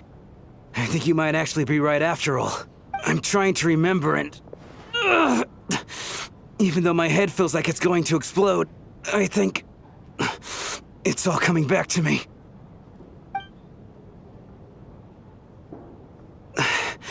I was the one who didn't want to remember my own death, so I forced myself to forget. Well, I'm sure those are painful memories. My lady and I snuck out to go on a date one day. We bought tickets for the theater. It wasn't really my thing, but I was just happy to be together. All of a sudden, a group of people burst into the theater, shouting for all the water imps to get out, performers and audience members included. It was clear the conflict between humans and Fae had reached a boiling point. This time, the extremists were even coming after the water imps who had nothing to do with the war. I thought I could pull one over on them. So I took off my jacket, draped it over my lady, and tried to sneak out amid the chaos. But I got caught. They started shouting, calling me a traitor to humanity. But I was going to do whatever it took to buy her a chance to escape, no matter how many people stood in my way. I had to, both as their bodyguard and out of love. It's all right, friend. You can stop there if you want. You don't need to dig all that up again. It's just... even now, I'm still struggling to accept the truth. How could I be dead? I'm sorry, everyone. If I'd known I was a dead man walking, I wouldn't have dragged you down with me. If I'm the cause of all this death, then punish me however you see fit. But, Mr. Shroom... No. I refuse to be a burden. I know what I have to do. You said I've been wandering the theater for centuries, right? I guess it's high time I got a breath of fresh air. Out there, I mean. I'll leave this place and take all this death with me. Go out on my own terms. Mr. Shram, I'm sure we can figure out a different course of action. My good sir, we both know I'm not supposed to be here. I should have accepted my death long ago. One way or another, this has to end. Unless you're saying this goes against another one of your military principles somehow. No, I'm speaking on a personal level this time. Let it go, man. Oh, wait. One last thing. Miss Water Imp. My lover. Her name was Litia. Litia Ozarova. Do you know what happened to her? Ozarova. Oh, Auntie Ozarova. That's what we all called her. I remember her as a very kind elder. She had a bunch of kids, too. I'm so glad she survived.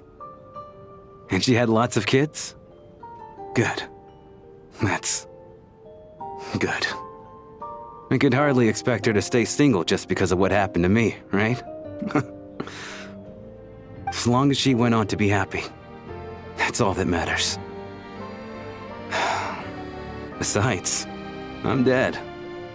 My soul's been wandering around here for so long because I was worried about her. But now, I can go without regret. There's no need to see me off, my friends. I've enjoyed our time together over these past few days. Perhaps we'll meet again in the next life.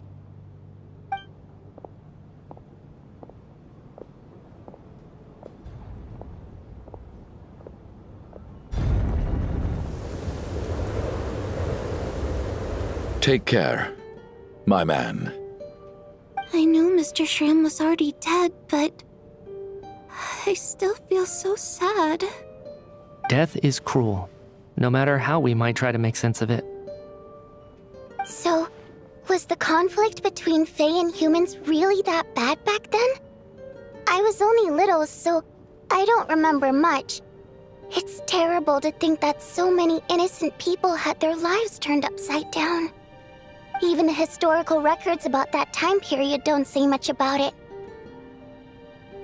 All people know is that the Tsaritsa founded the Fatui, drove out most of the Fae aristocracy without explanation, then used her terrifying power to suppress the humans. It seems to me like the Tsaritsa chose to make herself the enemy. She downplayed the conflict, directing whatever animosity both sides had for each other at herself instead. That's also why, despite how brutal the conflict was at the time, there hasn't been much lingering tension between humans and Fae since. Things have been fairly harmonious for the past few centuries. So, the Tsaritsa banished the Fae to protect the Fae living in the city? She offered herself up to be hated in exchange for peace. Maybe it's not quite as bad as it sounds. I don't think Her Majesty is too concerned if mortals hate her or not. And besides, there are very few who truly do. All this time, I had no idea. All right. If Mitia's theory is correct, then I think we can consider this matter settled. Let's all take a break. Ugh, if only this blasted storm wasn't still raging on.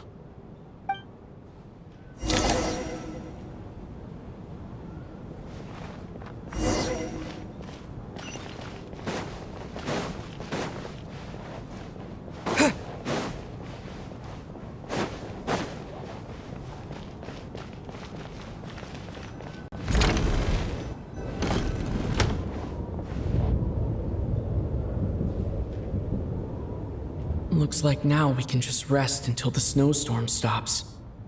I still can't believe Shram turned out to be a ghost who'd been in the theater for hundreds of years. To think he was dead this whole time. What a strange turn of events. Knock knock. Huh? Knock knock. You know the door isn't closed, right? You don't have to knock. Think of it as a signal then. When I'm entering someone else's room and I knock, I'm here as Odette. If I don't knock, it's Lelik. Thanks. So, why did you come to find me? Is there something I can help with? Vodyanitsa said you knew about my secret identity from the start.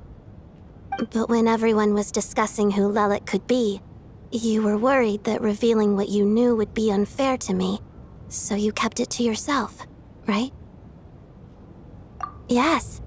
I'm extremely grateful for that. It's nothing. I mean, you didn't hold what happened with Signora against me, so I should thank you for that as well. Actually, there's something else as well. I found myself in a situation similar to the one you were in when you helped conceal my identity. So I thought I'd come and ask you for advice. It's about Mitia. Before all of this, the last time I saw him, he was dead. As I'm sure you know, my goal as Lelik was to stop Project Stuja. Well, when I found out the tech lead for the experiment behind Project Stuja was Mitia, I immediately started planning to track him down and threaten him to back out. I often saw him around the theater, but I soon concluded that making my move there would risk exposing my identity. So I decided to infiltrate the Armory Palace and go directly to his lab. That way, the threat would be much more effective. Well, I suppose there was a bit of luck involved, but I am a Fatus, so I already had some familiarity with the building's layout. But when I finally made it to his lab, Mitya seemed to be dead. I checked his breathing and his pulse. He had no vital signs whatsoever. I'm certain of that. I thought maybe another anti-Project Stuja activist had beaten me to it, and chosen a much more brutal method, so I made myself scarce. That's why you were so on guard around Mitya that first night here. Yes. When I saw him sitting in the audience during the performance, I could barely contain the shock. To me, it was a miracle. Somehow, he'd come back from the dead. But then, the murder started happening and things got so complicated that it wasn't really at the front of my mind. That is, until Mitya himself said there must be a dead person among us. Then, I couldn't ignore it any longer. And yet, you thought that bringing it up right away would single Mitya out. Just like when everyone was suspecting Lelik. Exactly. I thought there could be something I was missing. Besides, we soon figured out that Mr. Schramm was a ghost, and we knew there was only one extra person, so we thought he had to be the one. But now, it seems like there's another candidate. I understand why you kept it to yourself. There was so much information being thrown around during that discussion. Bringing up Mitya would have just introduced more confusion. So, what do you think we should do? Let me confirm one thing first. When was it that you found Mitya dead? Around a week ago, sometime in the afternoon. A week ago? That's earlier than I thought. I saw him just a few days ago at a restaurant. That definitely would have been after you found him dead. He seemed completely normal to me, chatting with Vodyanitsa, trying to avoid Valeri. So he was definitely alive on that day. Huh. Well, all I can say is I know what I saw. Here's a thought. The reason we even suspected a dead person could be among us was because of the problem with the theater's ley lines. But Mitya's death happened inside the Armory Palace. The ley lines affecting the theater shouldn't reach that far. You're right. I guess he doesn't fit the profile of the person we were searching for. I think the chances of it being him are very low. Surely he can't have died for real in the Armory Palace. Unless what? Unless he really did come back from the dead. You're right. Do you think we need to disclose this to the others? Huh, what's this? A private meet and greet?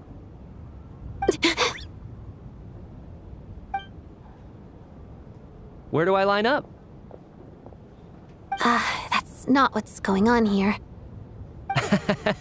Well, I was just making the rounds. Thought I'd try to lighten the mood a bit. Vodyanitsa's handing out food if you're hungry.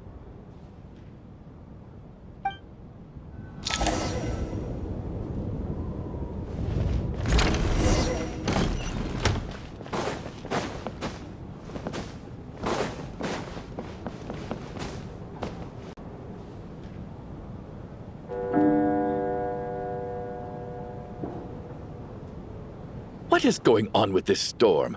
Could it be connected to that monster that just arrived in Snezhnaya? I almost hope it is. Her Majesty the Tsaritsa left to vanquish that beast herself. We just need to wait for her triumphant return. Do you think people still feel the cold after they die? I'm wondering about Schramm. Oh, maybe we should have given him a coat before he went out there. Death itself is cold, isn't it? I'm sure the storm will embrace him. Well, I hope he has a safe journey. I'm going to miss him, I think. It's not like we can blame him for Rampana and Kulish's deaths. Thinking back on it, We barely made it out alive ourselves. Once we get out of here, how are we going to explain what happened to their families?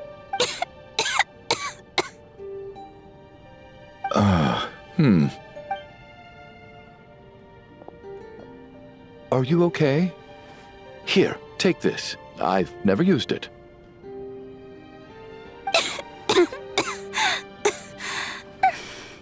Thanks.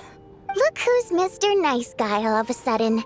Is it because Tonya stood up for you this morning? At least you know how to return a favor.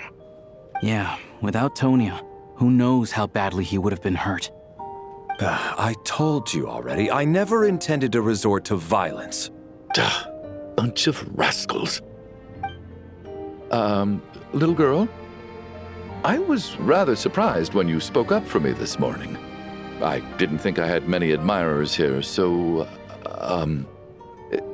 thank you. Oh, no need to thank me. I said some bad stuff about you too. I've been, too embarrassed to admit it, but, you remind me a lot of my daughter. So kind to everyone, but never lets her old man off the hook. Unless my wife and I are having a fight, then she's always on my side, especially when she was little. Every time I took her out... All right, easy now. How long have you had that cough, Tonya? I don't know. It's probably been a while. I'm fine. Are you taking anything for it? Yeah. I'll be fine once I see my brother. He's gonna pick some frost fairy flower leaves and brew a tonic for me. I'll feel much better once I drink that. I see. That's good to hear, then. We should probably discuss arrangements for tonight. Now that the deceased has left our midst, there shouldn't be any more incidents. However, out of an abundance of caution, I'll keep watch. Shouldn't we take shifts? I can take one if needed. No need. I managed to get a nap in earlier, so I have plenty of energy right now. After all the tension of the past few days, everyone else should just focus on getting a good night's sleep.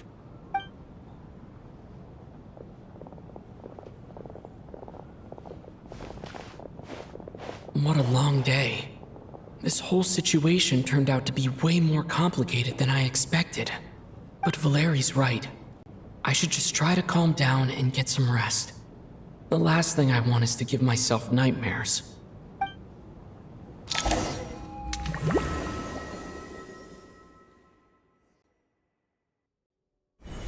He's awake! He's awake!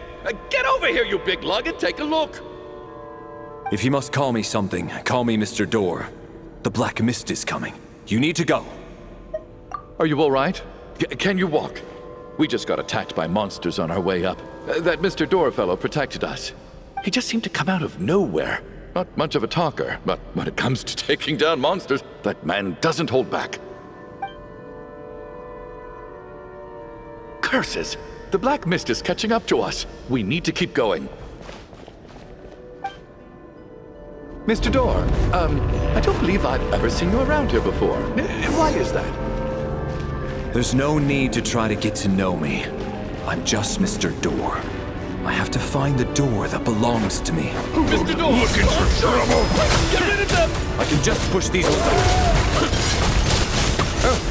Well, anyway, we're lucky to have you here. Thanks for saving us earlier. No need to thank me.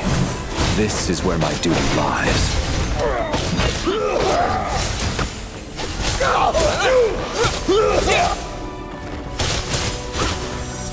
Just you! Condense! What the?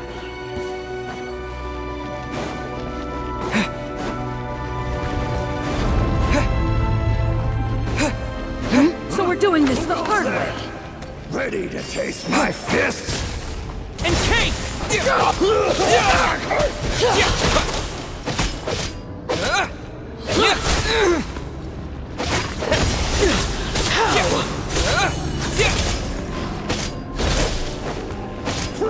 Cryostorm! You win this. Remarkable work, Mr. Door. If I had your muscles, I'd do the same.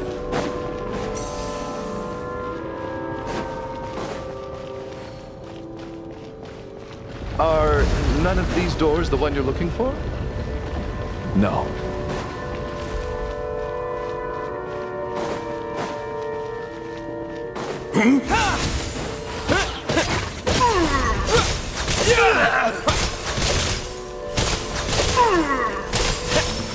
Come no closer.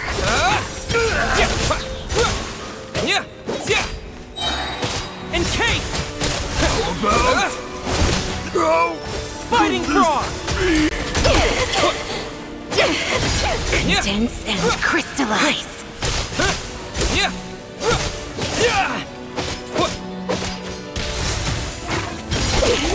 Impossible. I'm so exhausted. And the black mist is still rising. Oh.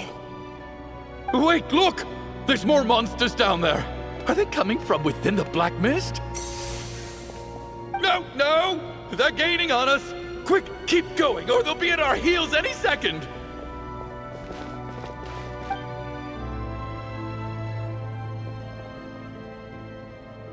Mr. Door, what are you doing? We need to get out of here. They're coming! Found it. This is my door. What?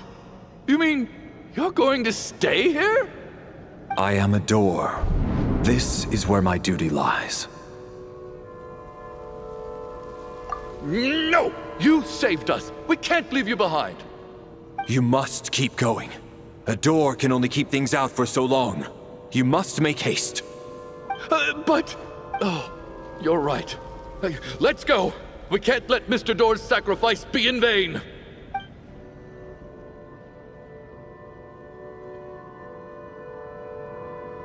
The black mist isn't moving anymore. Looks like both the monsters and Mr. Door are gone.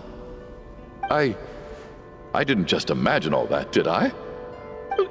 Surely I wasn't so scared out of my mind that I hallucinated a door as a human being. Oh, okay, good. There's no way we both hallucinated the same thing. Getting sleepy? Well, looks like we're safe for now. Go ahead. Let's get some rest.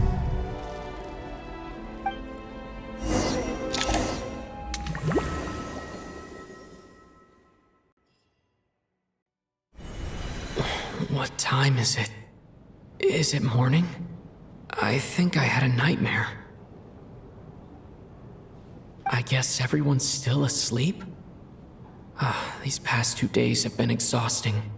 Valeri's keeping watch though, so he's probably the only one awake. Valeri?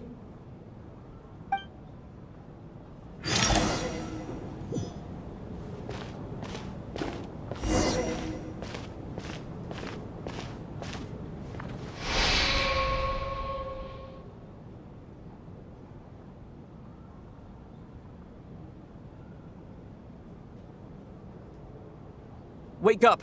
Everyone needs to wake up!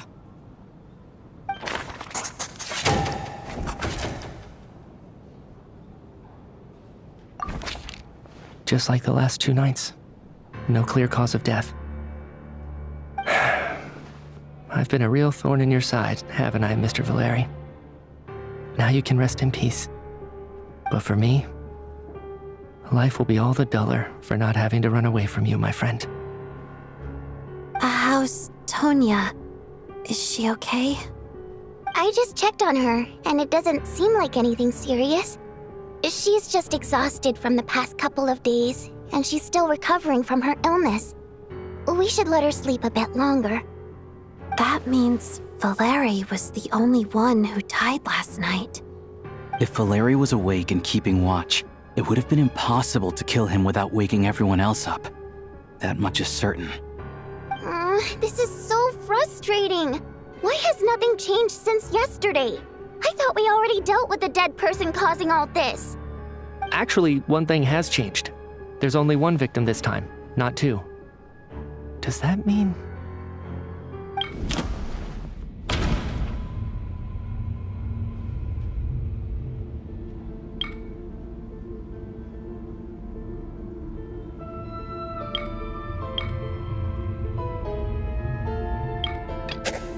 Can a death at night even be defended against?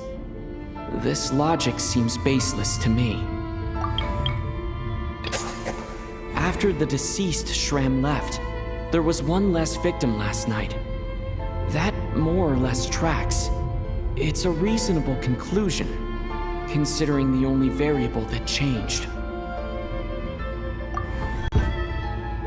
The number of people who die each night is equivalent to the number of dead among us. That's your theory, right? Exactly. We identified Mr. Shram, and the night after he left, the death toll dropped from 2 to 1. By that logic, there must be one more dead person left among us. Another one? But there was only one person unaccounted for in the ticket checks, right? The head count should match up now. Having an extra person was definitely a cause for alarm, but being one person short isn't nearly as unusual. Someone could have left in the middle of the show, or made it out before the storm hit. One more dead person among us. If Mitya's theory is right, then what Odette told me seems a lot more relevant. It's just, at the time, we had no reason to think there was more than one dead person. If only we'd taken it more seriously as a possibility, maybe this could have been avoided. I'm sorry. This is my fault. I had information that could have been helpful, but I held back. I should have brought it up right away. I'm partly to blame as well. I was too quick to dismiss Odette's concerns. What is this about? What have you two been getting up to behind my back? Sounds like there's some big news you've been keeping from the rest of us. Well, we're all ears.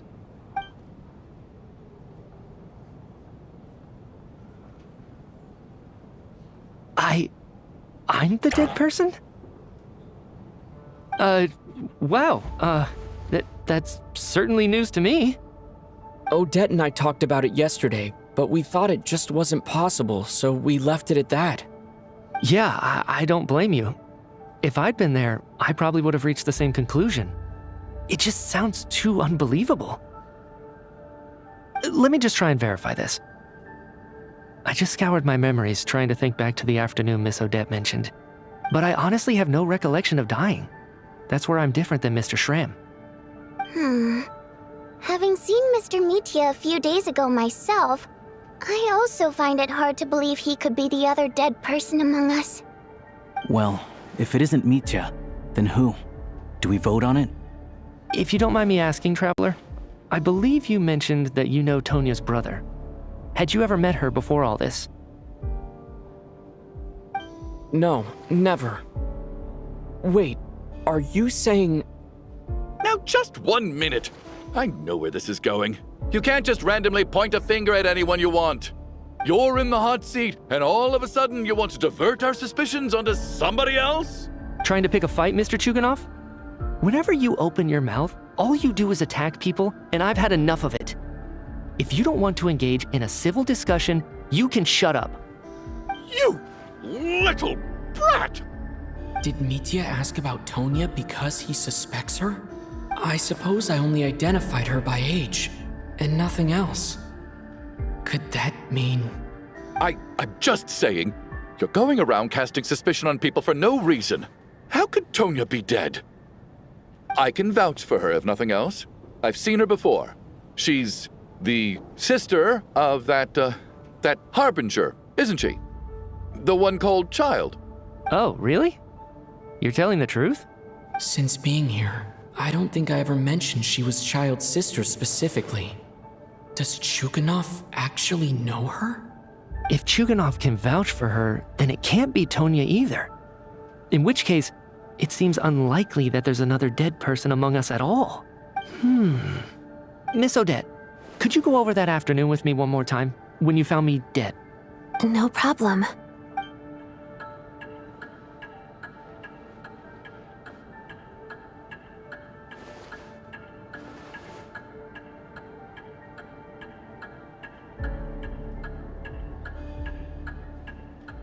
Huh. No matter how hard I try, I just can't remember anything about dying. But I do remember something else. Miss Vojanitsa, during our last meal together, I told you how some of the researchers were suffering from temporary memory loss. Do you remember that? Oh, yeah. You said it was hindering the progress of your experiments. You thought they were just under too much stress or something. Right. And even though I don't remember dying that day, I'm pretty sure I experienced something like amnesia. Some of my memories from that afternoon are missing. Are you suggesting you're missing the memory of your... Of course, how am I only just realizing this? Humans aren't necessarily aware of their own death. You mean being silently assassinated, or dying in your sleep? Situations like that? The researcher's amnesia. Suddenly it all makes sense. I must thank you, Odette. I think your perspective just helped me reach a breakthrough on a series of issues that have been troubling me for quite some time. All right. It's decided then. I'll be the one to leave today. Oh, leave? Hey, wait a minute. Aren't you rushing into this? What if you're wrong? You'll pay with your life. Come on, kid. Aren't you gonna fight for your life? This seems like a rash decision. I have other reasons beyond what's been discussed. In fact, thinking back, I remember during Miss Odette's performance, while I was sitting in the audience stalls, a brilliant new idea for my research popped into my mind. But then, my train of thought suddenly cut off. I can't remember it now at all, and I didn't take any notes. I guess that must be another instance of temporary amnesia. No. Hold on. I see where you're going with this. You're suggesting that each instance of temporary amnesia is a death, right? There's a glaringly obvious flaw in that idea, no? How can one person die so many times? I believe Miss Odette's account. During the period where my memory is blank, I must have been either dead or in a similar state. All it would take is for the same thing to happen in the theater, and I would come under the effect of the ley lines in this vicinity. This increases the likelihood of me being the deceased, does it not? But... There's no evidence to suggest that anyone other than me is a candidate for the deceased. So allow me, as a scientist, to treat this as an experiment. Please relax, everyone. I don't think things are as bad as they may seem. If I really am the deceased, then to leave the theater will be a relief for me. If, on the other hand, I'm still alive right now, well, apparently you've all witnessed my resurrection recently anyway. Who's to say I won't return from the dead again this time? Mitya's right. This is the only thing we can try right now. I think he's deliberately downplaying the gravity of the situation, though. He probably doesn't want to burden everyone. What is a scientist if not someone who gambles on experiment after experiment in an attempt to obtain the truth? With this snowstorm, the ley line phenomenon, ghosts of the dead, and my amnesia, we've been paralyzed by not knowing and powerless to do anything about it. It's a terrible feeling. But if I do get resurrected, you can be sure that I'll come back with the truth of all this. Just you wait.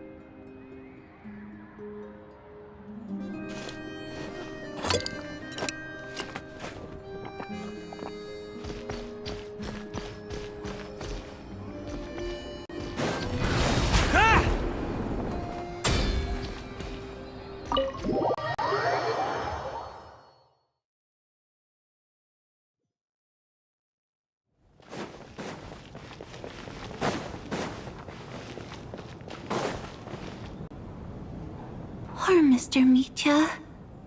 I didn't even get to see him one last time. Maybe it's a good thing that you weren't there to see it. It was a hard thing to watch. I hate goodbyes. Why does it feel like everyone around me is slowly disappearing? Not just in here, I mean. In the outside world, too. Maybe it's the realization that, at the end of life, everyone has to face it alone. Come to think of it, the main reason we're still alive right now is pure luck. Each morning here, for every one of us, there's the chance that we might not wake up. You could take it a step further and say that the same is true outside, too. Who can ever be 100% sure when they drift off to sleep that they'll open their eyes again in the morning? If I make it out of here, I'm going to cherish every moment that I'm awake and live without any regrets. Without regrets. I feel like a strange sense of anxiety has been quietly growing inside me over the last 2 days.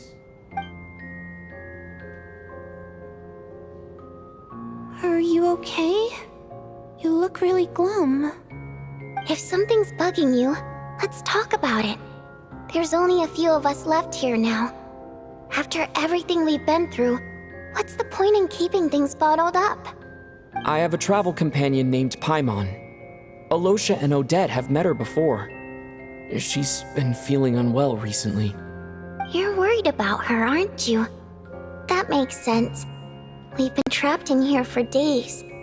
To be honest, I used to feel like I was just a spectator in this world, watching everything that happens from the sidelines.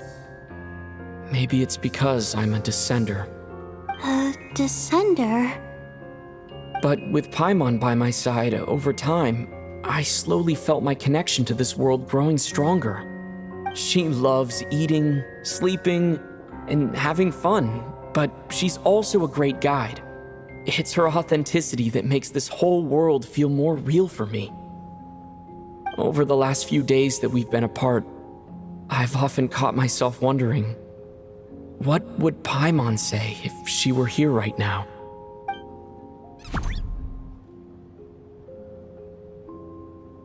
But by the time I snap out of it, the conversation has already moved on, and I'm still in my own little world. I'm trying to overcome this sense of detachment, but I really miss Paimon. I guess, in a way, she means the whole world to me. I bet she misses you when you're not there as well. Maybe you're her entire world too. I don't know if this will make you feel any better, but back when the water imps left Snezhnaya in droves, I also felt like the whole world was suddenly empty. I could be surrounded by people all smiling and having fun, and still feel completely separate from it. So, I totally understand how you feel. Later on, I started to think, maybe accepting the fact that our loved ones won't always be with us is something that takes a lifetime. All we can do is cherish their companionship from moment to moment. So, once we get out of here, you better hurry back to our side as fast as you can. You can't let your story end in regret. That's the trope I hate the most. Thank you. That's exactly what I needed to hear. But Vodyanitsa, if you hate goodbyes too, why didn't you leave with your people? That's just the choice I made. I used to regret it, but I don't anymore. Like I said before, singing is a water imp's primary mode of expression. It's how we convey our emotions. Our songs have echoed through this theater for hundreds of years, each one a story pieced together through moments of joy and sorrow. But does a story exist without someone to read it? To me, the answer is no. So I made the choice to stay. That way, there would still be someone left to sing these songs and listen to their stories. Otherwise, they could have been lost forever. Could you teach me how to understand your people's songs sometime? I want to be able to truly hear them, like Mr. Shram. A fan after my own heart. Thank you, Tonya.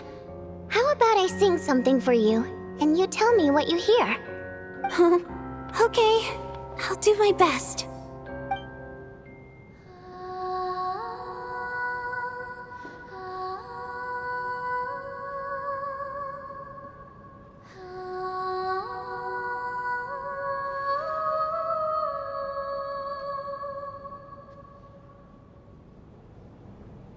I've never heard that one before. I feel like I can hear a sense of longing somehow. I wonder why that is. Color me impressed, Tonya. You're a keen listener. Most people can only tell if a song is happy or sad. I didn't think you'd be able to pick up on such specific details. So, what's the song about then? Come on, tell me! I've actually never performed this song in the theater before, because it has more of a ceremonial purpose for our people. It's not meant for the stage. It means something like, "May those we have lost watch over us, and follow this song back home in the night, so that we might be reunited once more."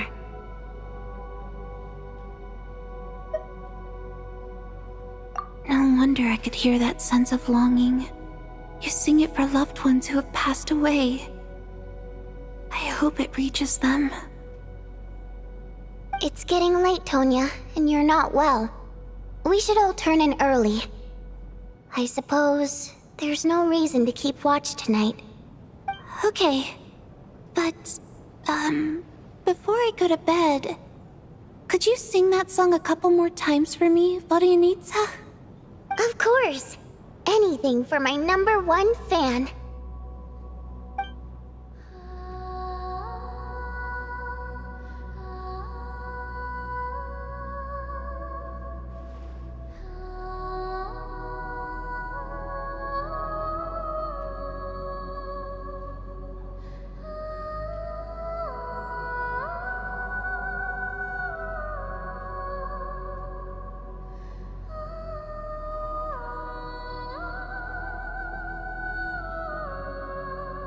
Once I get out of here, I definitely don't plan on ever coming back.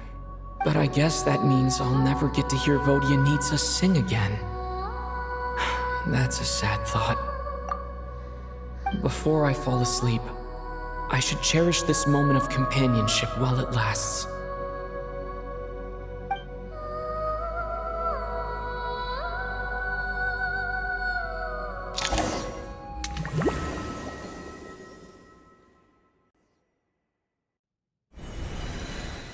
Where am I? It's so dark in here, and I feel kind of dizzy. Am I alone?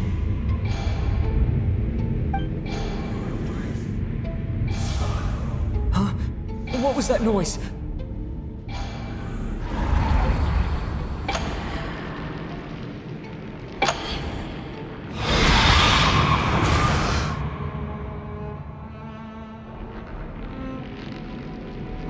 Return, O spirits. Fulfill your oath of protection.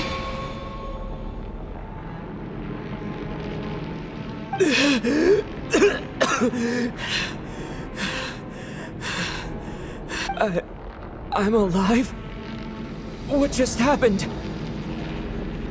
No time for questions. Quick, over here. Turn on the switch. We need to bring back the light.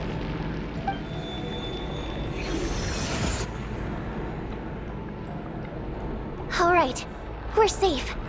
The spirit just now is called Night Prayer. The light subdues her, but she'll attack without a second thought in the dark. Sort of. I know it's hard, but you can't let this place go dark, or she'll kill you again. Yep. Luckily, I was here to resurrect you. Otherwise, that'd have been a real bummer. A bit more than a bummer, I'd say. Wait, so you have the ability to resurrect people? Sure I do. I'm your guardian spirit after all. I specialize in soul recall. Oh, it's nice to meet you, by the way. Thanks. It's nice to meet you too. Alright, there's no time to waste. The Black Mist is already catching up. We need to avoid it and Night Prayer at all costs. Come on, let's go. We need to reach the next switch before the place gets too dark. If we bring the light back, Night Prayer won't be able to get to us. Sweet, sweet light! It's back! Now that's a sight for sore eyes. Shh! It's Night Prayer. We need to move quick, but don't let her notice you. Look out!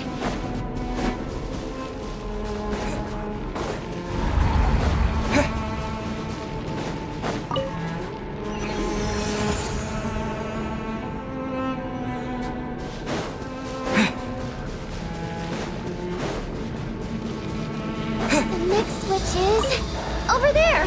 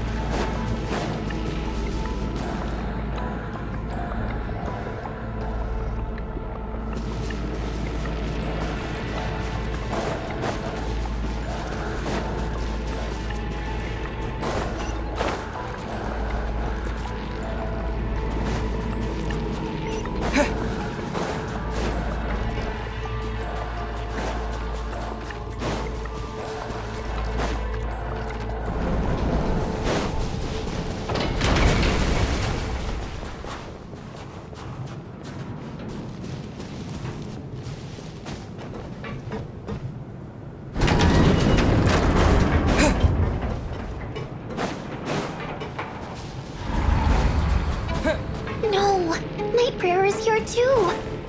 This can't be the only path. Let's head up there and take a look. The switch is just up ahead. Hurry! It's too dark. We're not gonna make it. Come on, faster!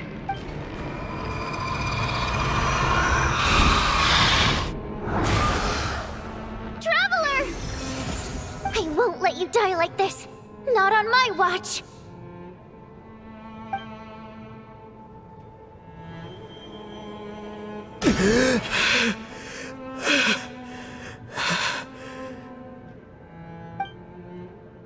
Even though it's not permanent, dying is definitely not a pleasant experience.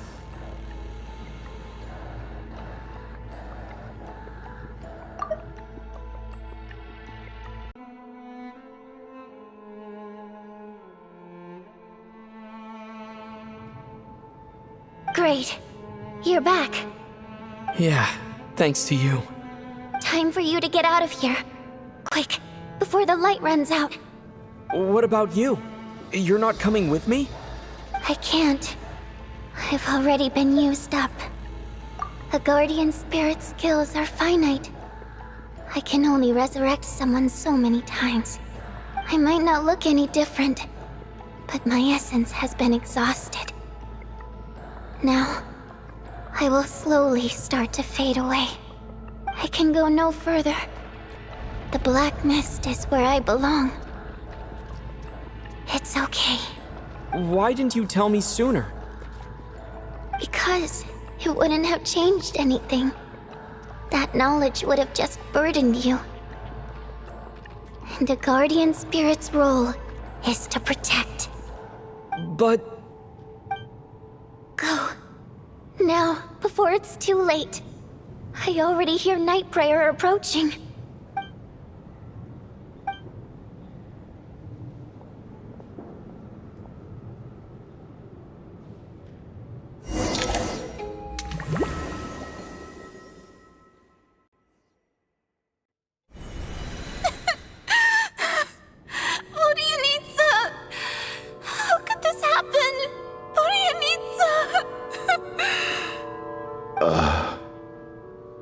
Well, I guess there's no need to inspect the body.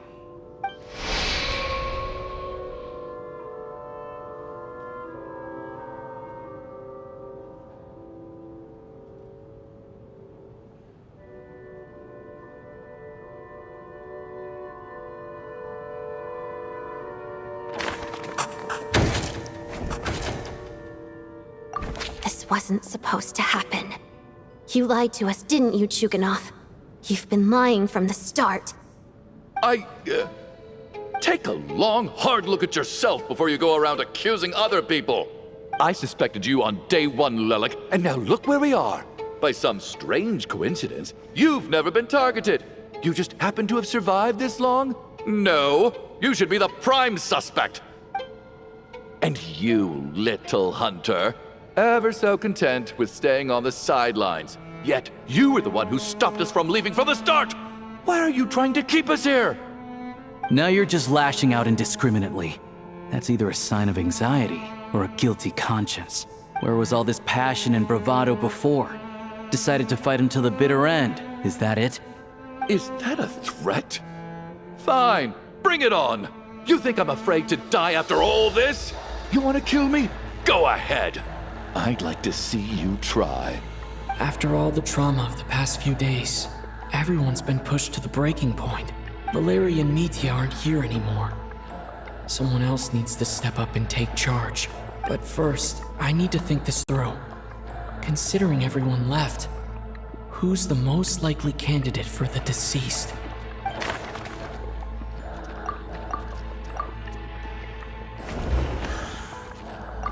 I clearly remember Mr. Chuganov from the first time I visited the theater. He made quite an impression. That was just a few days ago. So he's unlikely to be the deceased.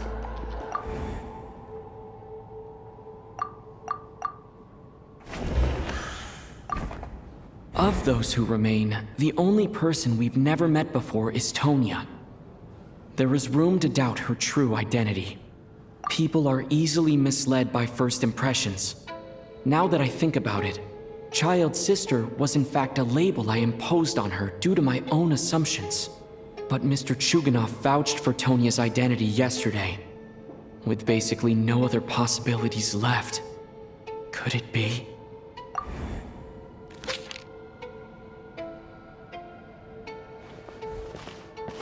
Tonya, how's Tusser been lately? Tusser? Your brother Ajax must have mentioned me in his letters home, right? Did he say anything about a blonde traveler? No. And my brother's name is Razik, not Ajax. Oh. Chuganov, looks like it's your turn to do some explaining. Yesterday, you said you could vouch for Tonya. Why did you give us a false testimony? I knew you were behind this, Chuganov. You've been lying through your teeth from the start. Everything about you is fake. Down to the wife and daughter you're always talking about. Your entire family man persona is a charade, isn't it? That night, when I infiltrated your place as Lelik, I noticed you were home alone. Didn't think much of it at the time. Just thought everyone else was out. But thinking back on it now, that doesn't seem very likely. My guess is, you live alone, don't you? Even that was a lie? But why would he lie about having a family? Oh, curses! Oh, why is there no end to this blasted snowstorm? If it would just stop! If it would just stop. I think I remember now. I know how I ended up here. It feels like a distant memory. But at the same time, it's just like it was yesterday. The reason I'm always coughing is because I got sick with frostbite. The locals usually call it the snow cough. It's not a very common illness. It's partly genetic and partly caused by the cold climate, but it can be fatal.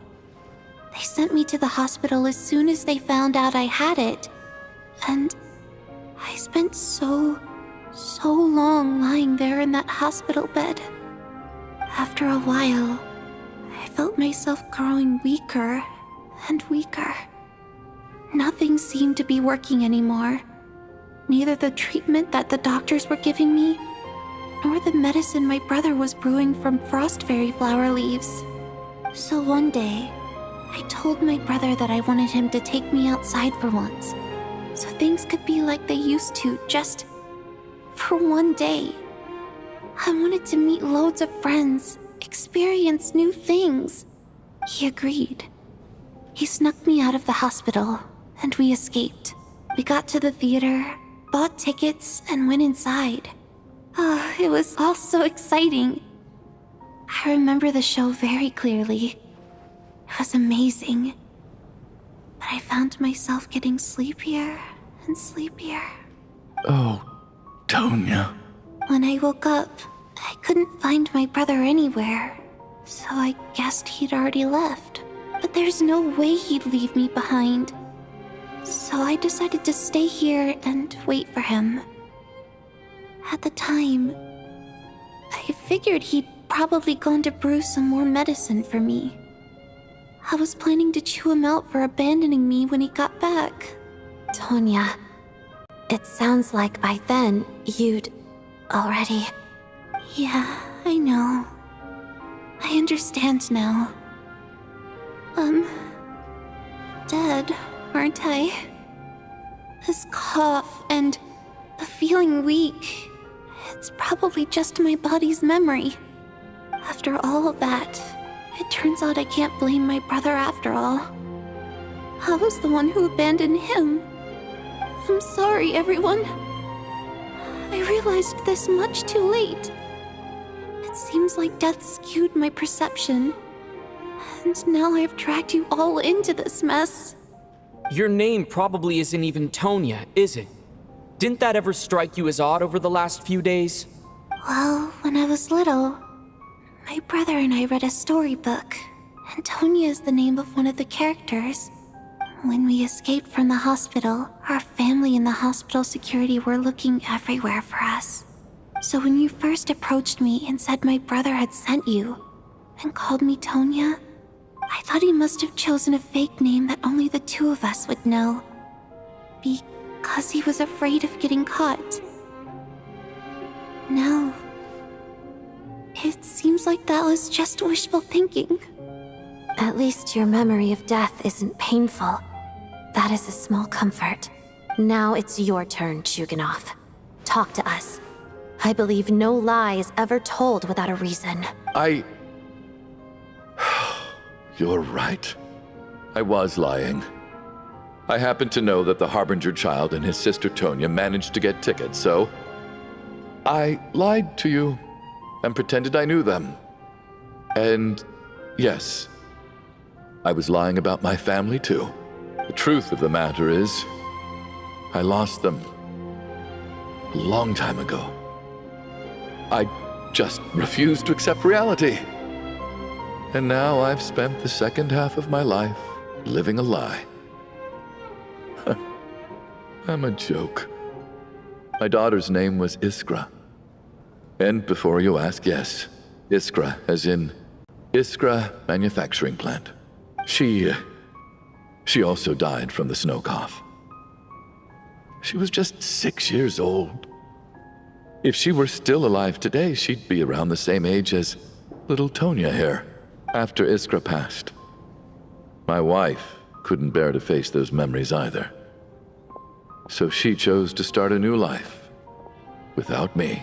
One day when I came home from work and saw the empty room, I felt like I couldn't breathe. Subconsciously, I started to imagine that they were still there. I soon discovered that this was the only thing that made me feel any better, so I just embraced the delusion. Nothing more than a pathetic means of escapism, I know. But at least it's not a crime. So explain your false testimony then. The night before last, when I was chatting with Tonya, she mentioned that her brother would brew medicine for her from frost fairy flower leaves. Combined with her various symptoms, I suddenly understood everything, including the fact that she was deceased. The snow cough used to be an incurable illness. I would pick frost fairy flower leaves to brew medicine for Iskra too. It took hours and hours on the stove. But the year after my daughter passed away, the jester of the Fatui announced that a cure for frost blight, also known as the snow cough, had finally been developed. It turned out that all previous treatments were completely ineffective. No better than random concoctions. That was the final straw for me. I just couldn't take it anymore. Just one more year. One more year, and everything would have been okay. So, more than anyone, I know full well that in this day and age, no one in their right mind would still be using frostflower leaves to brew medicine for the snow cough. Poor Miss Tonya, therefore, had to have been from an era when snow cough was still a terminal illness. So, you projected your daughter onto her? Even though you knew she was one of the dead? That doesn't make any sense. You knew she was already dead. What did you hope to achieve by protecting her? I just don't believe in your crackpot theories. Nor do I approve of your actions. How can you just declare a living person dead and throw them out into that snowstorm? Nitya's gone. My good buddy Shram's gone. And now it's Tonya's turn, isn't it? The others I can make my peace with, but little Miss Tonya, here she is, standing right in front of us, alive and breathing, and fighting her own battles. Yet you're quite happy to say she's dead? I just want her to live. Once this snowstorm is over, the very moment it stops, I'm going to march out that door and find someone who can fetch the very best medicine for her snow cough. I'll be damned if I'm gonna let you cast her out into the snowstorm before I have the chance to cure her. Not again! Not this time! Not when the cure is right within our grasp! I'd never be able to forgive myself. Mr. Chuganov, stop. I can't let you do this. Tonya. By the sounds of it, you've known I was dead since the night before last, right? I really liked Mr. Valeri, Mr. Mitya, and Miss Vodyanitsa. And now they're all dead because of me.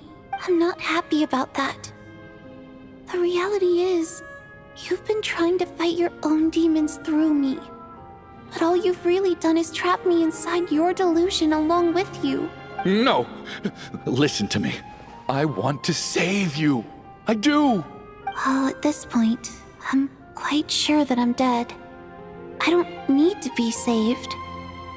The time I got to spend with all of you is more than enough for me. Despite all the bad things that kept happening, I got to meet so many interesting people and spend so many days and nights by your side.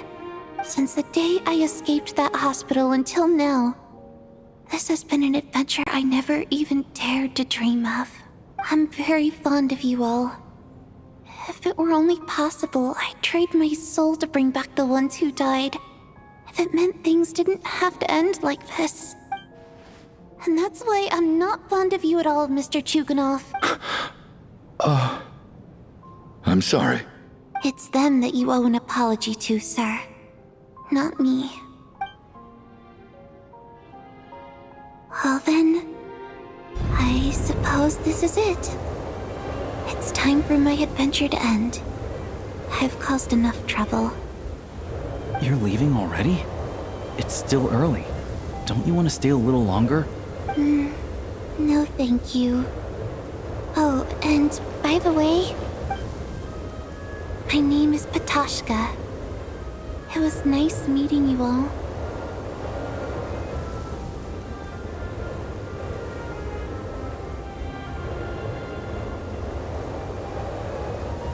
Feels strange that we're only being properly introduced now that it's time to say goodbye. Tashka.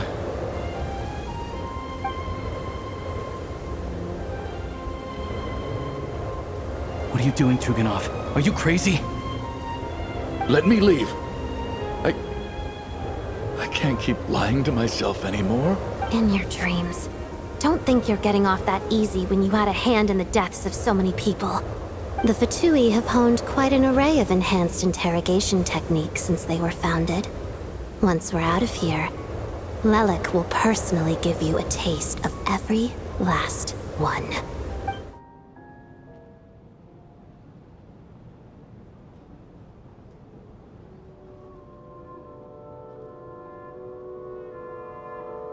I think we should leave.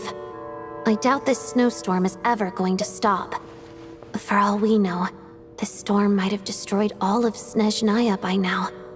Maybe even the whole world. Wait, we finally solved the mystery of the haunted theater today. Maybe let's at least try to enjoy tonight? Fair enough. I don't particularly feel like dying in Chuganov's company anyway. And yet you won't let me die first. Hey, Chuganov, on a serious note, if we do make it out of here, you should close down that factory of yours. A lot of people are freezing thanks to you. Is this really the time to be discussing my factory?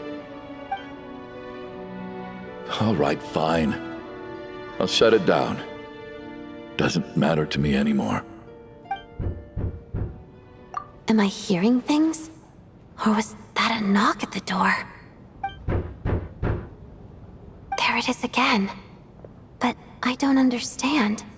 The snowstorm hasn't stopped, has it? Should we open the door? Is this it? Is this nightmare finally over?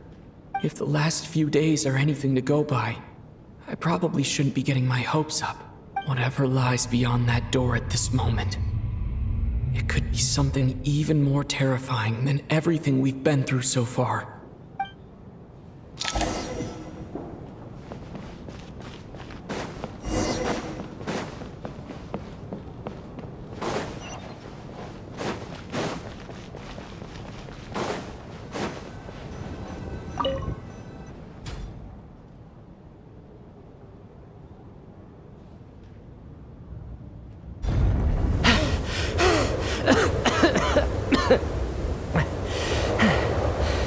Hey everyone, I'm back. How are you doing? Feeling any better? Much better, thanks. Whew, it is so good to have you guys here. I was a little worried that the theater would be empty by the time I got back. Let me see. Tonya and Vodyanitsa are missing, which means Vodyanitsa died last night. And then you discovered that Tonya was the other dead person. Am I right? Not Tonya. Pitashka. First, tell us how you made it back here. Given the conditions outside, no one should be able to return alive. You're right. The thing that got me back safely was a song. I heard someone singing. After walking into the snowstorm, my mind grew hazy. I don't know how long I walked through the storm before my mind completely slipped away. Then, suddenly, I heard the sound of singing. The voice instantly brought me back to my senses, and I regained consciousness. So I followed the voice, searching for the source of the singing. I searched and searched, until finally, just a few moments ago, there was the entrance to the theater, right in front of me. I've actually never performed this song in the theater before, because it has more of a ceremonial purpose for our people. It's not meant for the stage. It means something like, "May those we have lost watch over us, and follow this song back home in the night, so that we might be reunited once more." That must have been Vodyanitsa's Requiem. Who knew it actually worked? That song is meant to guide the souls of the dead. Mitya, that must mean that you... Huh. No kidding. Seemed like I guessed right then. This is what I've been so desperate to tell you about. When I first stepped out of the theater, I was still quite lucid. My memory of it is still pretty intact. I remember the outside world being completely different than what I'd expected. It was like this was a world where only the snowstorm existed. There wasn't a trace of any humans or buildings ever having been there.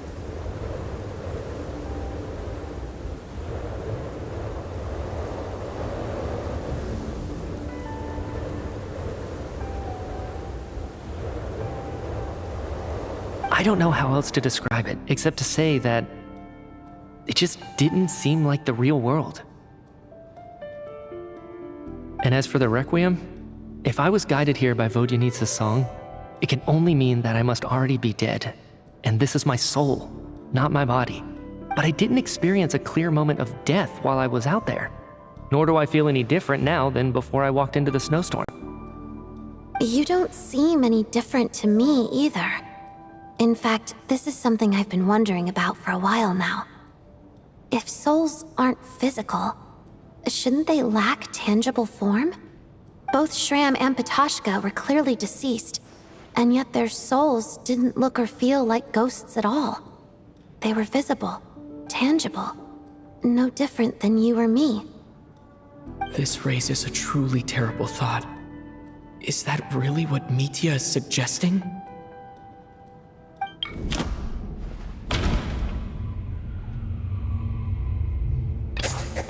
Mitya's soul was summoned back by the Requiem, confirming that he is indeed already dead. And yet, he looks no different from us. Of course, if even the long-deceased like Mr. Shram can blend in with us undetected, then maybe we've all been dead from the very start. And all of us are now souls wandering the theater.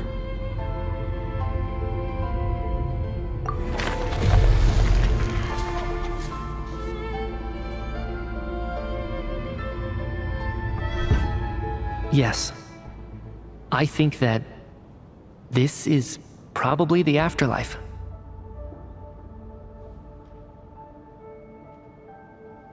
What did you say?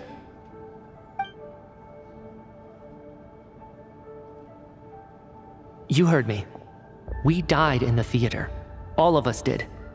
But due to an obstruction in the theater's ley lines, our souls are trapped here, while an endless, infinite snowstorm rages outside. It's ironic, really. All that time, we were working so hard to figure out who the deceased among us were, when the truth was, we were all deceased. The only difference being some of us died more recently than others. Do you remember that note, "Death is near"? Seems like we misunderstood what it meant after all. Death was nearer than we wanted to think all along. The note simply meant that all of us were already dead. So all our attempts to survive, our search for the deceased, it was all for nothing? Hard to say. At the very least, we helped two lost souls find clarity and go to where they belong. The presence of those two is probably what caused our souls to be drawn in by the ley lines. In which case, the deaths we've awoken to over the past few days were just souls returning to the ley lines for good. If what you're saying is true, doesn't that make us the lost souls now? Huh, no wonder. This afternoon, when I was moving Vodyanitsa's body, I noticed that the other bodies in the room hadn't decayed one bit after all these days. That's further proof that those aren't physical bodies at all, but merely our shells here in the afterlife. Am I really dead? This doesn't feel real to me at all. No, that's impossible. This cannot be how it all ends. I still find it hard to believe that all of us are dead. How exactly did we die in the real world? None of us have any memories of dying, right? Not even knowing how we died is preposterous. Good grief! Surely there has to be some reason. Exactly. It's hard to rest in peace when you don't even know how you died. It gave me lots to think about as I strode out into the snowstorm. I racked my brains trying to remember the cause of my death, the exact moment I died, the root of all of this, right up until my consciousness faded. Wait. Hold on. Right before I lost consciousness, I think I saw something. I can't remember. And I think I lost my notebook and pen. Mitya, your hand. Is that blood on your fingers? Huh? You're right. There's blood on the fingertips of my right hand. Looks like it's already dried. When did that happen? What the? I guess this was what I saw. I must have desperately drawn it in my own blood right before losing consciousness. What's wrong? Do you recognize the symbol? It's Renova, the ruler of death. Alosha, do you still remember that Snezhnayan folktale you told me about? It was about the Grim Reaper. When someone's about to die, he appears as an incarnation of someone familiar to guide their soul into the afterlife. And as soon as you recognize his face, your life is over. I heard a similar tale when I was little. You think the Grim Reaper in this story refers to the ruler of death you mentioned? That's right. In which case, death is near could also mean that the Grim Reaper is here disguised in a familiar form.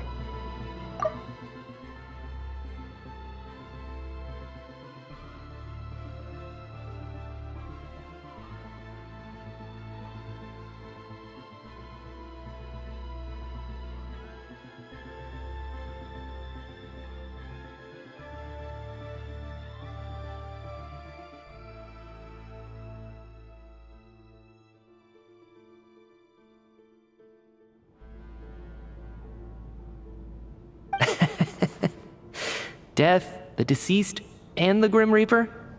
So it's a triple entendre. When I first saw this note, I thought it contradicted the investigation report. But now it seems like that was the whole intention. So the Grim Reaper deliberately misled us. Then, we started suspecting each other and searched for the deceased while they hid in plain sight. By that logic, the one person most likely to be the Grim Reaper incarnate is...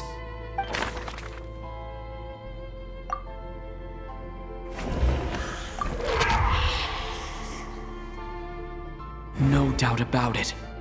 It's Alosha.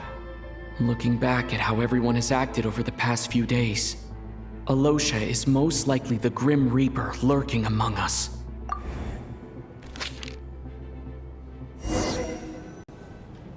Is it you, Alosha? You were the first to discover the investigation report, and you had plenty of time to slip the note inside to mislead us. So? Surely you can't suspect me based on that alone. What if someone else found the investigation report first, slipped the note inside, and then put it back without telling anyone? There's no denying it.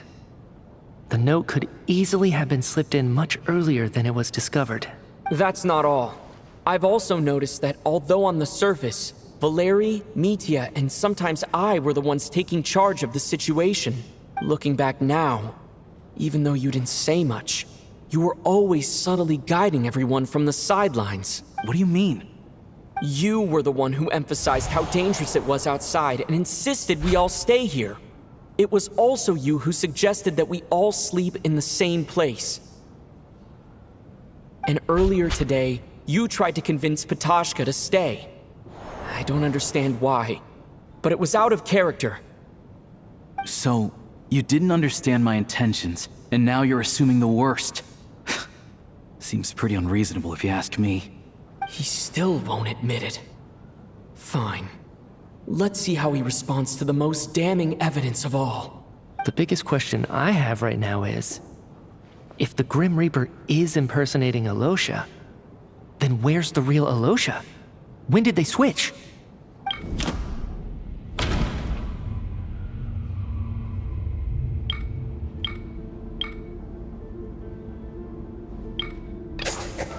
That's right. This was the moment. Right at the start. Before any victims had even emerged, Alosha was switched with the Ruler of Death while everyone's guard was still down.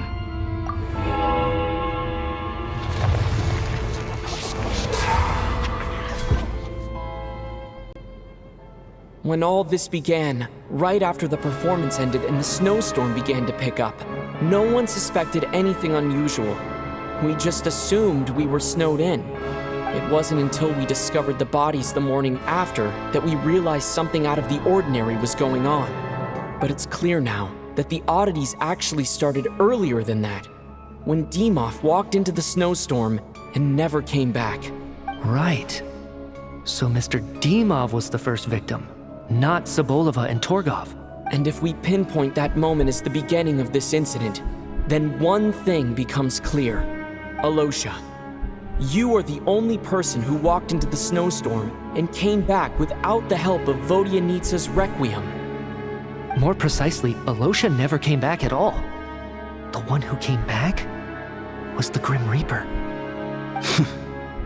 Not bad. Well, since you've backed me into a corner, I suppose there's no point in keeping up the act anymore.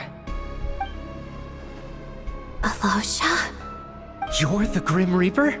I am no such tired cliché. Mortals should address me as the ruler of death. Before being wiped out for good, you identified the two deceased, and even sensed my presence.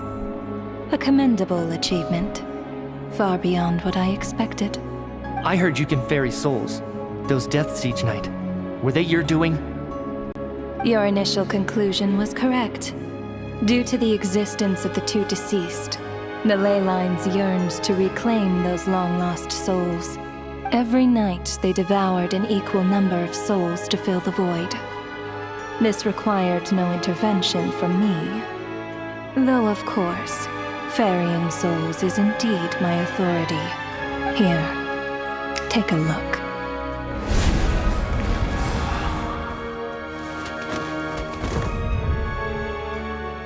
What are you doing? That takes care of today's too. Don't get so worked up. You are already dead, and your souls must return to the ley lines. I know we're already dead. You murdered us, didn't you? Murdered? No. Murder is when mortals usurp my authority. Death is my jurisdiction. If I require someone to die, I need not resort to such laborious methods as murder. You simply met the criteria to trigger my curse of death. I know about the curse of immortality. So there's another death-related curse too? You cursed us? When? And why would you do such a thing? So often, humans pray to me, begging to know when their death will come, and what form it will take. But few people ask why. If you must have an answer, know that death comes simply because one's time has come. So you're not gonna tell us the truth? Hold your tongue. By all rights, you shouldn't even be allowed to speak with me. Those angels from the past are to blame for their reckless renovation of the ley lines here. It's made my work on this occasion infuriatingly complicated. Work? So trapping us here, making us watch our friends die, that's just another day at work for you? You clearly have a lot of questions. Fine. As a reward for your remarkable accomplishments over the past few days, I shall answer a few of your inquiries, provided they aren't too unreasonable. After the physical body dies, the soul must return to the ley lines for that person's death to be considered complete. My work encompasses the entire process of death, including, naturally, the guiding of souls into the ley lines, with which you are now so familiar. You must also be rather familiar with Natlan's Night Kingdom, I presume? It was I who supported the creation of the Night Kingdom. It provided a convenient means of guiding the souls of Natlan. Here, too, the ley lines connected to the theater underwent some modifications. The angels hoped to make them capable of accommodating the souls of some special creations. But this actually hindered their ability to accept ordinary souls to some degree. This effect manifested itself after you died from the curse in the theater, leaving you stranded in the afterlife, unable to achieve a complete death. But if souls who die from the curse of death fail to return to the ley lines within a short window of time, they will miss their chance for good. Then, they will remain forever suspended between life and death, no longer subject to the authorities of either. So if you don't resolve this matter soon, and see all our souls return to the ley lines before long, we'll escape your control. Mitya is sharp. This must be what Renova was worried might happen, and the reason she got involved to begin with. But if you have the authority to guide souls, why didn't you just show yourself and get it over with? Why hide among us in the form of Alosha? You seek to understand the mind of a god. Very well. I'll tell you. This is a theater, and I decided I wanted to watch a show about death. That's why I encouraged you to take the events to the stage. I found myself getting quite immersed. I suppose the entertainment you provided makes up for all the trouble you've caused me by being so defiant in the face of death. There. Are you happy with my answer? Can't say I am. Really? But it fits the stereotypes you humans have about gods. Just moments ago, you were complaining about how infuriatingly complicated your work here has been. Work is work, I get it. There are times when it's a huge pain. But you just have to get it done, right? That's a rather unique perspective for a human. You are in fact correct. There is a pain point in this case. Due to the obstruction in the theater's ley lines, there is a hard limit on the number of souls they can receive each day, making it impossible for me to ferry all your souls at once. Revealing my identity too soon would inevitably have led to futile resistance. And there was a risk that any souls who chose to run would disappear. Then there was the issue of the 2 lost souls you called the deceased. The way you resolved that quandary was all part of my design. That's what I don't understand. If all of us were souls of the dead, what made their presence among us special? For centuries, they have refused to return to the ley lines, exploiting the issues created by the angel civilization to resist being drawn in. Centuries of obsession accumulated during this process. You may think of this obsession as the resentment of the dead, and in this quantity, it was a bomb that could have detonated at any moment. It reached the point where I could not afford to leave it unchecked. But the only way to fix it was to help them acknowledge their own deaths, make peace with their regrets, and willingly walk into the snowstorm. Only then, with my guidance, could they finally return to the ley lines. Otherwise, you would not like to know what the consequences would have been. I vaguely remember seeing Batashka, but in the most terrifying form. Was that in a dream? Is that what would have become of her if she hadn't returned to the ley lines? I see your dreams brought you many revelations. So you see, death in fact grants wisdom to mortals. Souls connect to all things in the world and see the chain of cause and effect between them. It's nothing unusual. Anyway, giving psychological counseling to lost souls is not my strong suit. That is more of an angel's role. It was something I could not resolve directly using my authority, so I decided it was easier to leave the bomb defusal to you. Meanwhile, of course, their presence caused the souls of other members of your party to return to the ley lines each night. From where I stand, that was killing 2 birds with 1 stone.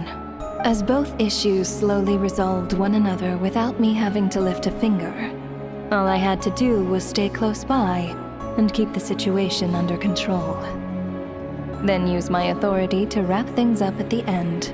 And, of course, while I was at it, I thoroughly enjoyed watching this drama, dealing with death from a mortal perspective, play out on the stage. Sounds like you had it all figured out, Grim Reaper. I just did the math. You said there's a hard limit to the number of souls the ley lines here can receive each day. It's 2, isn't it? That much is obvious, even to a fool. It's time to review this whole affair. If the ley lines can only take in 2 people per day, I need to go over the deaths from these past few days again.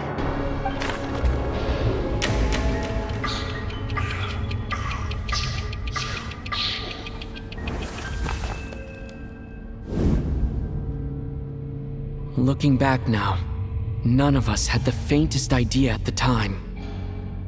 From the moment that staff member named Dimov walked into the snowstorm, the incident had already begun.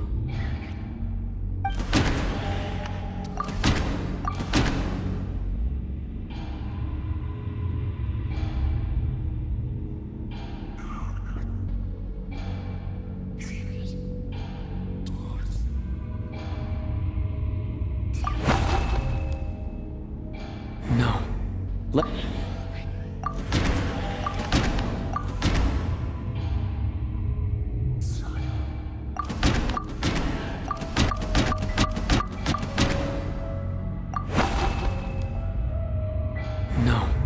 let me go.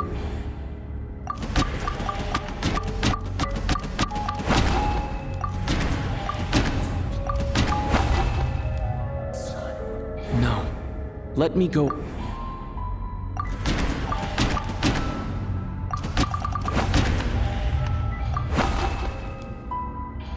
No, let me. No.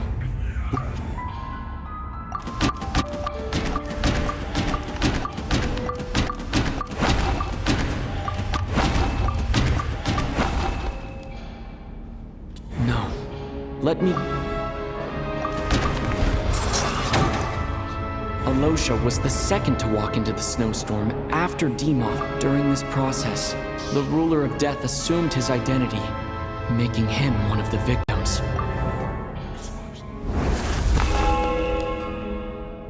During our first night in the theater, everyone was caught up in the novelty of it all.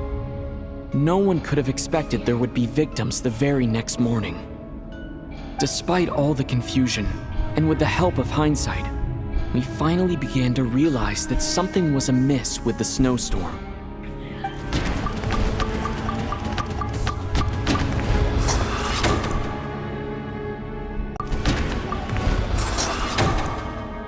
The ley lines devoured Torgov and Sobolova on the first night.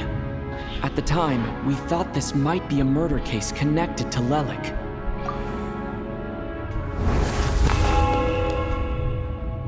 Odette and I spoke a lot that night. 3 people were on watch, but in the morning, we discovered that someone had fallen victim all the same.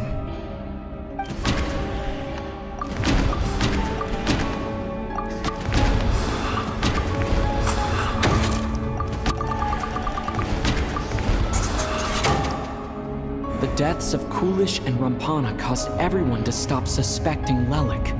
Unexplainable phenomena occurred one after another, leading Mitya to suspect that we were caught up in a supernatural event.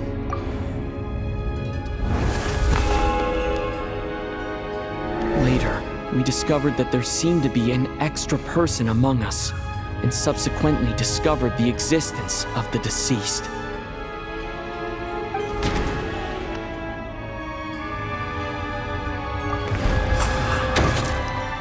Mr. Schramm realized he was the deceased and walked into the snowstorm to return to the ley lines of his own accord. It turns out there really was a dead person among us.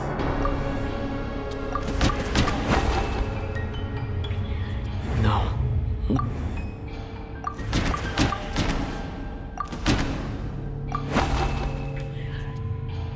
No. He thought it was all over, but Mr. Valeri's death was a rude awakening for everyone. The ley lines consumed him during the night regardless. A lot happened today. Mr. Valeri's death led us to discover the connection between the number of deceased and the number of victims during the night.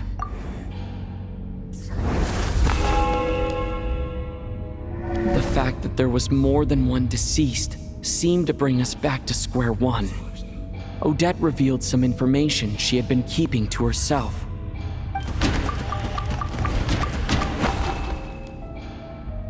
Although Mitya did indeed walk into the snowstorm that day, he returned from the ley lines with the help of Vodyanitsa's Requiem. The void in the ley lines hasn't been filled, so let's rule out Mitya for now.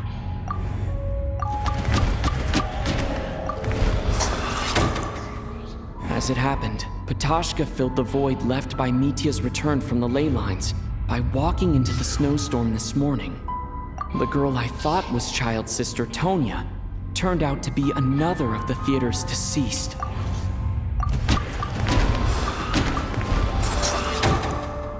Vodyanitsa was swallowed by the ley lines in her sleep, but the requiem she sang before falling asleep was quite a game changer.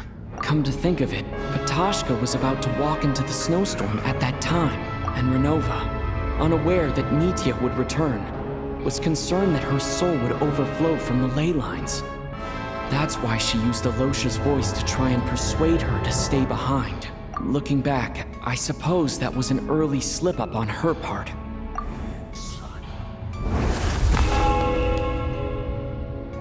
one could have expected anyone who walked into the snowstorm to return. But just after nightfall, Mitya returned, bringing crucial information with him. Various truths began to surface, including that all of us were already dead, and that the ruler of death was here among us. Then, after revealing her true form, Renova callously claimed 2 souls.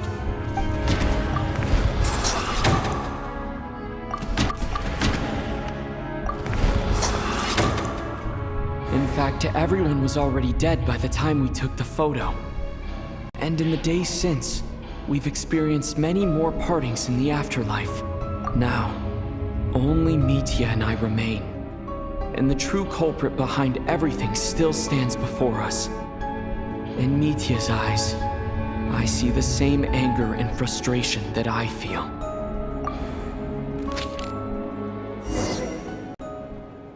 That covers everything. It's all clear now.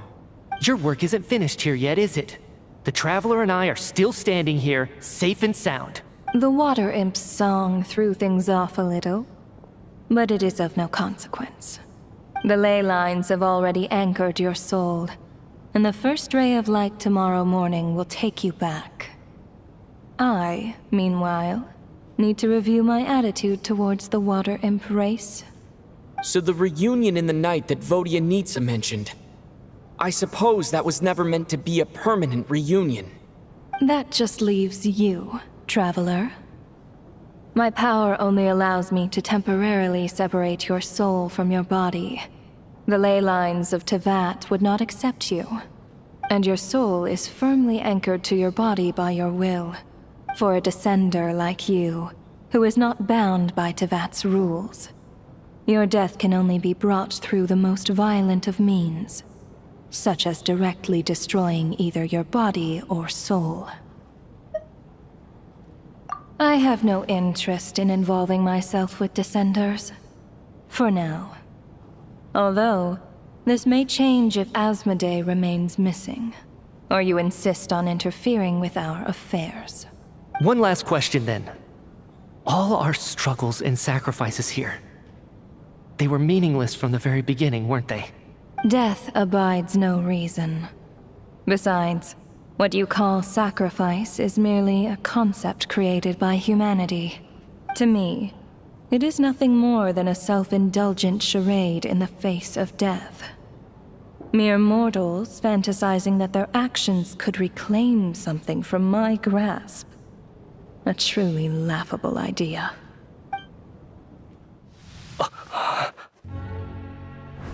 Grim Reaper, you really know how to get on my nerves.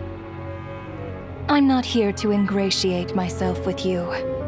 I kill merely because your deaths are necessary. Oh, you've made that quite clear. But humans don't take well to being scorned. Not even by the gods.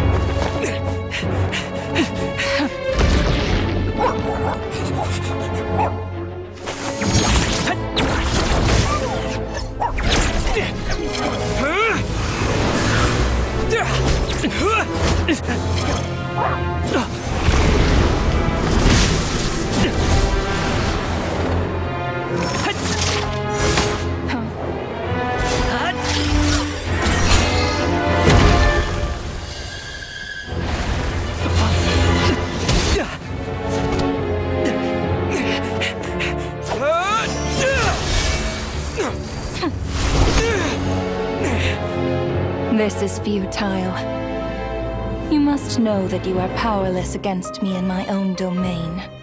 I suggest that you save your strength. For what? Maybe we can't change anything. But if nothing else, we can at least teach you to have some respect for the dead. Audacious.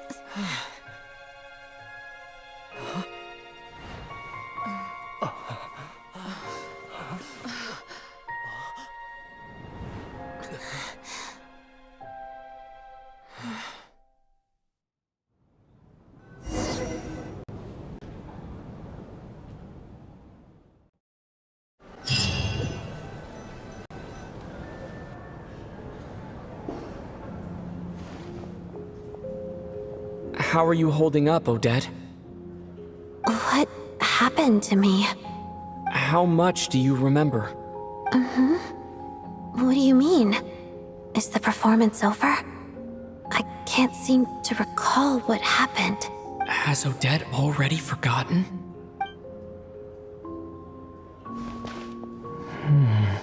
Mitya? I'm sorry. I guess I spaced out there for a second. Remind me who you are? Don't you remember anything?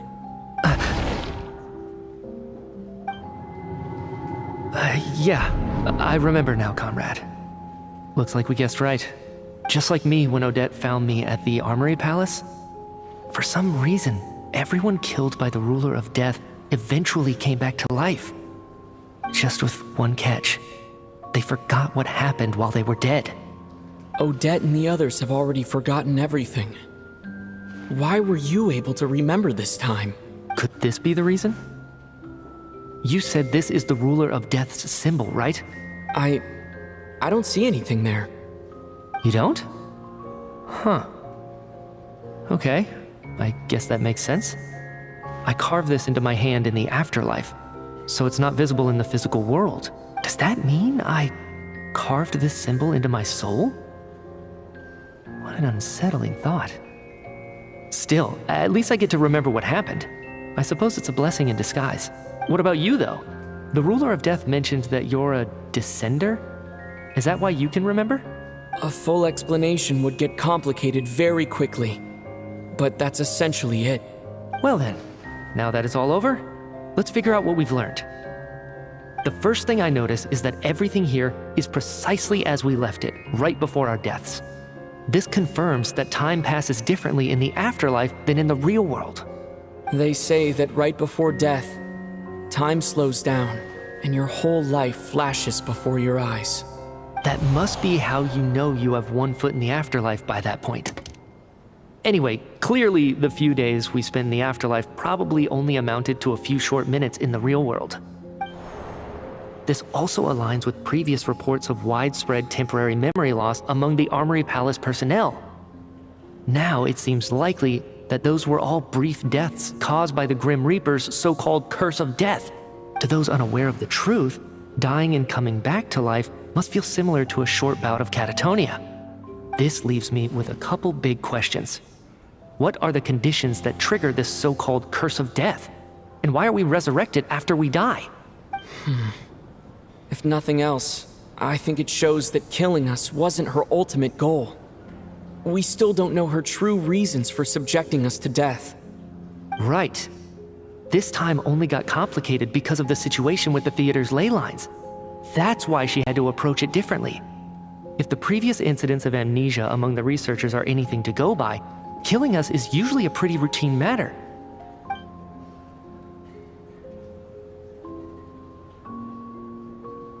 Come to think of it, wasn't I about to note something down before I died? I can't remember what it was, but I think it was something related to my research project. Sorry, Traveler. I'll catch up with you again later. Right now, I have to make a trip back to the Armory Palace. Sir, if I may, no one of your description has ever shown up in my investigations into Mr. Mitya's friends. Yet, you two seem very familiar with each other. Could you perhaps tell me where he was in such a rush to get to? And, by the way, have we ever crossed paths? Forgive the presumptuousness, but I feel a vague and indescribable sense of familiarity about you. I can explain everything.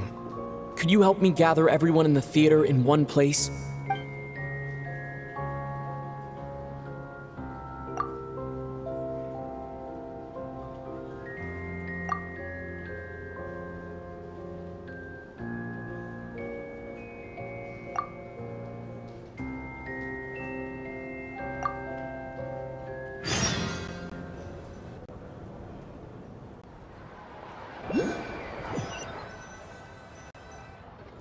So, Chuganov really is going to shut down the factory.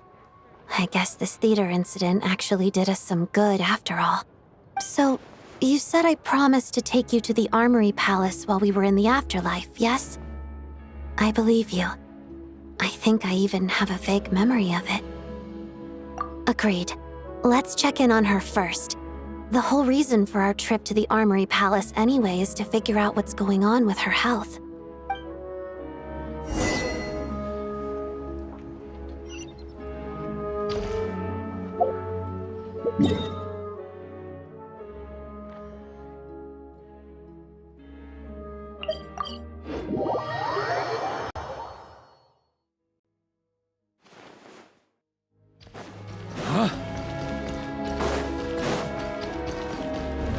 Try to keep up!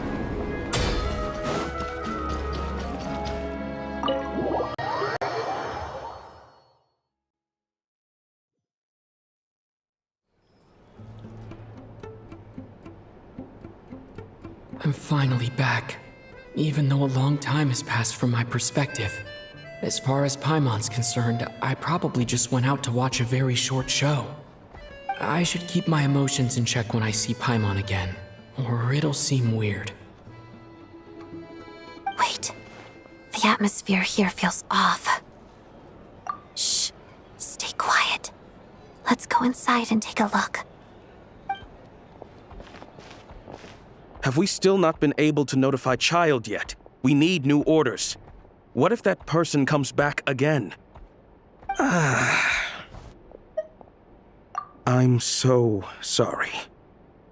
Under the circumstances, there was really nothing we could do. Tell me, what happened to Paimon? It was the Jester. He came here in person and escorted Miss Paimon away. He's the director of the Fatui. His authority supersedes all others and cannot be questioned.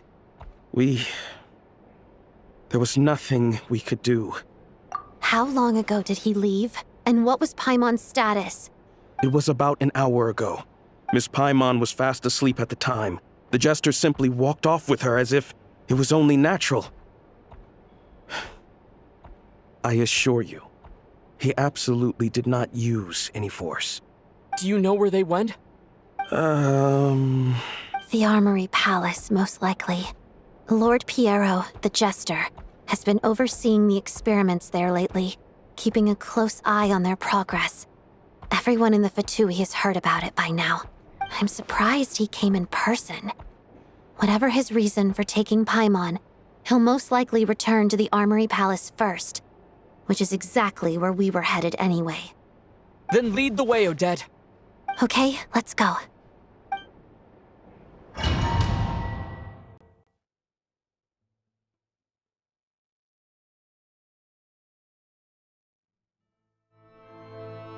It's just up ahead. Quick, let's get inside. No, I'll go alone. You know I'm planning to force my way in. You're with the Fatui, so you should stay outside. I was hardly planning on taking you through the official channels anyway. I'm here to force my way in, just like you. I may be a Fatus, but I'm also Lelik, enemy of Project Stuzha. Paimon's safety is paramount right now. With me around, you'll have an extra pair of hands. There might be devices inside that are easier for an insider to deal with. If you say so. Let's go. There's no time to hesitate.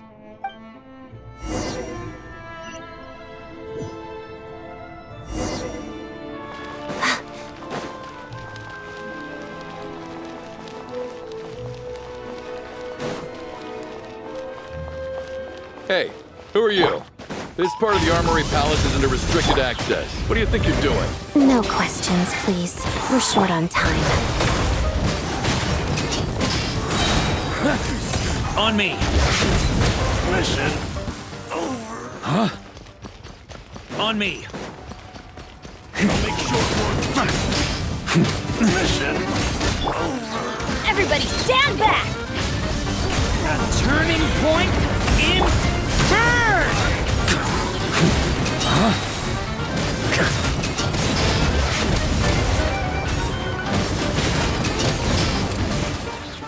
On me. The footsteps of the Empire. That's not. Time for takeoff.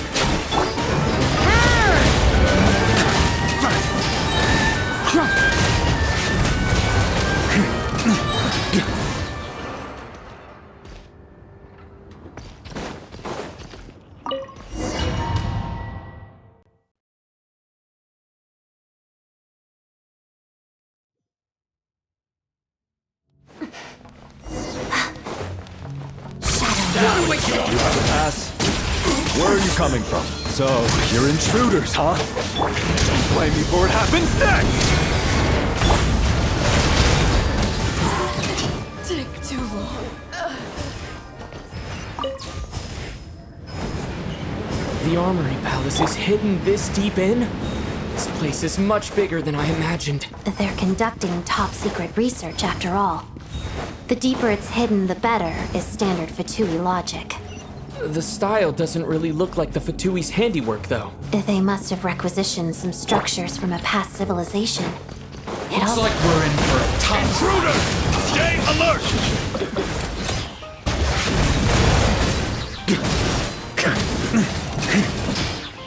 On me.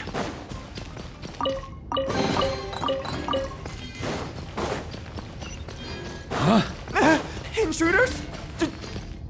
Just what are you guys trying to do here? I'm short work. It's your skull! Stand back! Think you can get away? How to brace yourselves! It's your skull! No one interferes with a jester's work!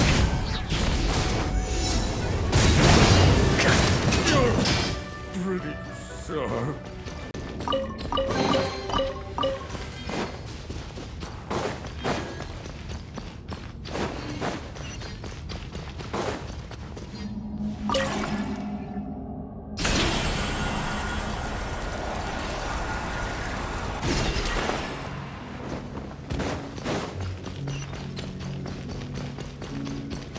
On me.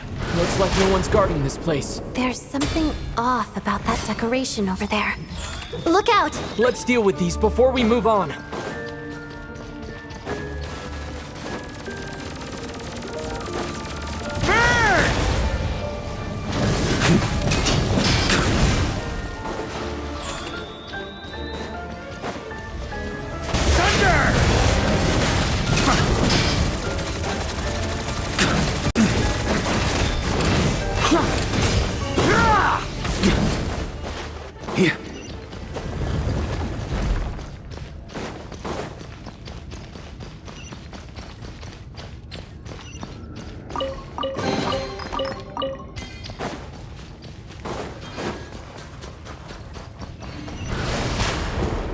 The researchers here probably don't know that we're uninvited guests. Let's try not to hurt them. What's the big star from the theater doing here? That's Miss Odette. She's a member of the Fatui. Don't tell me you didn't know that. Was the whole reason for Project Stuja to support the research here at the Armory Palace? Just what are the Fatui and the Tsaritsa planning?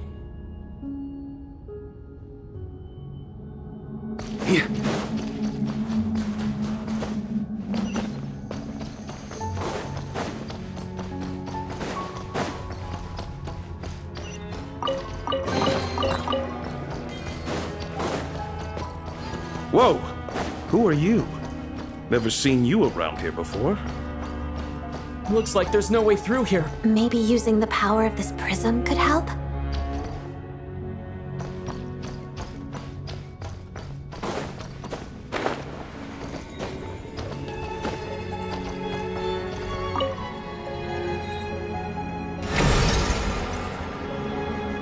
I think I see some images. It's the prism's power at play. causing images of the past to reappear. Paimon. And the Jester. Is this another scene from the past? Yes. It looks quite old, though.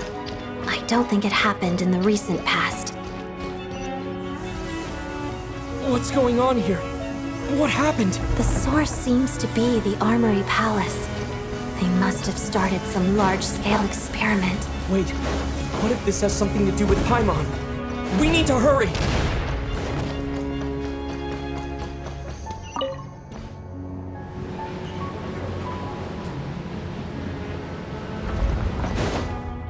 We're almost there. The Armory Palace is just up ahead. Paimon, please be okay.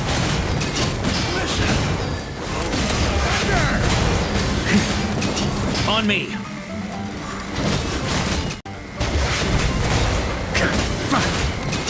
Teamwork is dreamwork!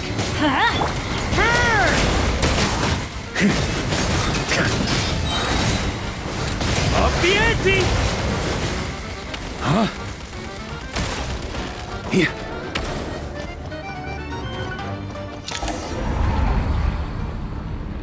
What's going on? Wait, I remember this feeling. It's the curse of death. No, not now. Why is the curse of death striking again already? Odette.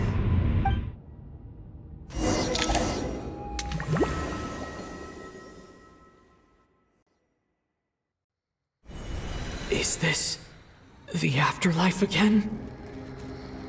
I need to find a way back to reality. Is that Odette's core Ignis? Could that be what just woke me up?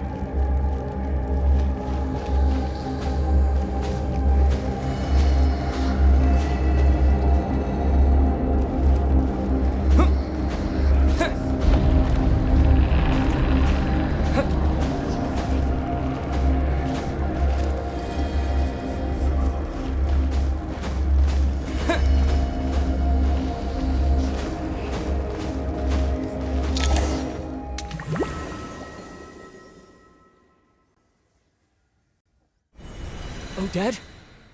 Odette! No signs of life. But past experience says that she should be resurrected before too long. Right? Did Odette intentionally use her core Ignis to guide my soul? I feel like something similar happened in a dream I had before. Thank you, Odette. If not for you, my soul wouldn't have found its way back to my body so quickly. And I might not have woken up so soon. But I'm sorry. I don't have time to protect you.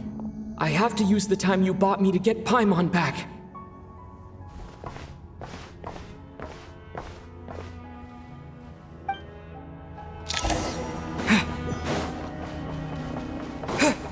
Sure enough, everyone here has been affected by the curse of death. Paimon! Paimon! No, wait. Paimon probably didn't escape Renova's curse either. She won't be able to respond to me right now. I'll have to find her myself.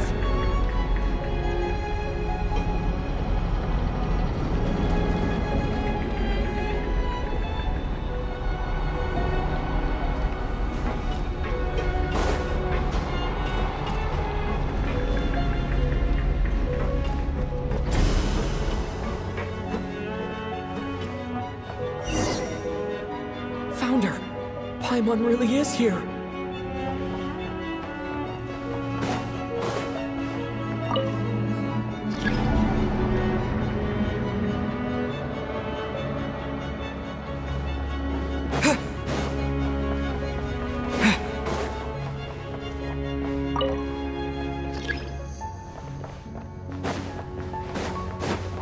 Mitya!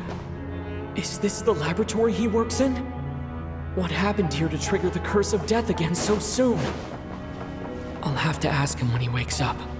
Finding Paimon has to take priority now.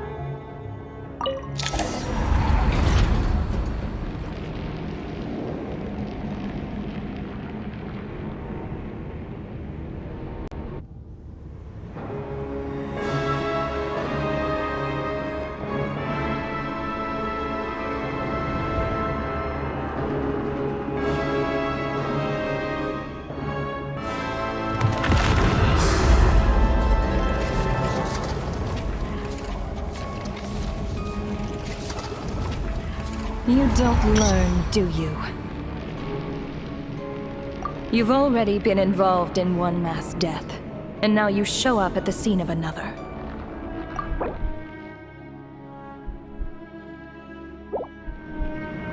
This might have passed for a coincidence the first time, but a second time? Am I to assume you are intentionally interfering in Snezhnaya's affairs? Judging by your expression, it seems that you understand little of what is going on here. In that case, a word to the wise. Do not interfere in Snezhnaya's affairs. A civilization that fails to learn its lesson constantly depletes its own worth. It will one day lose any reason for its existence. And as a descender, you are perfectly suited to be the lifeline to which a dying civilization might desperately cling. Consider your position carefully. No advice needed. I'll make my own judgments. Suit yourself.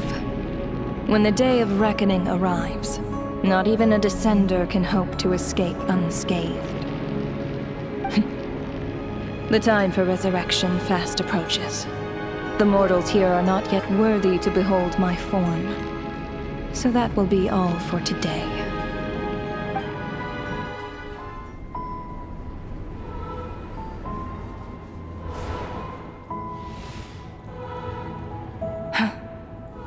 That thing is coming with me.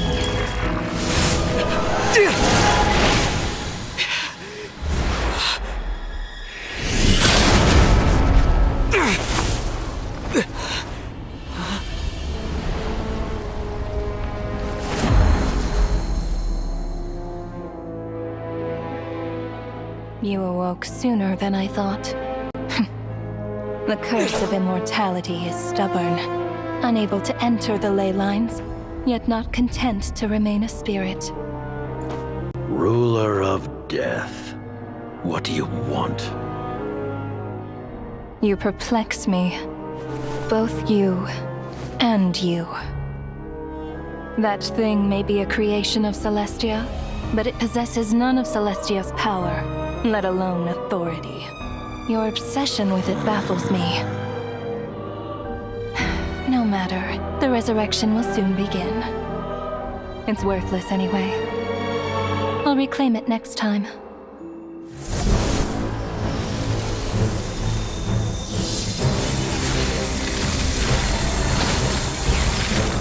Hey, who says there'll be a next time?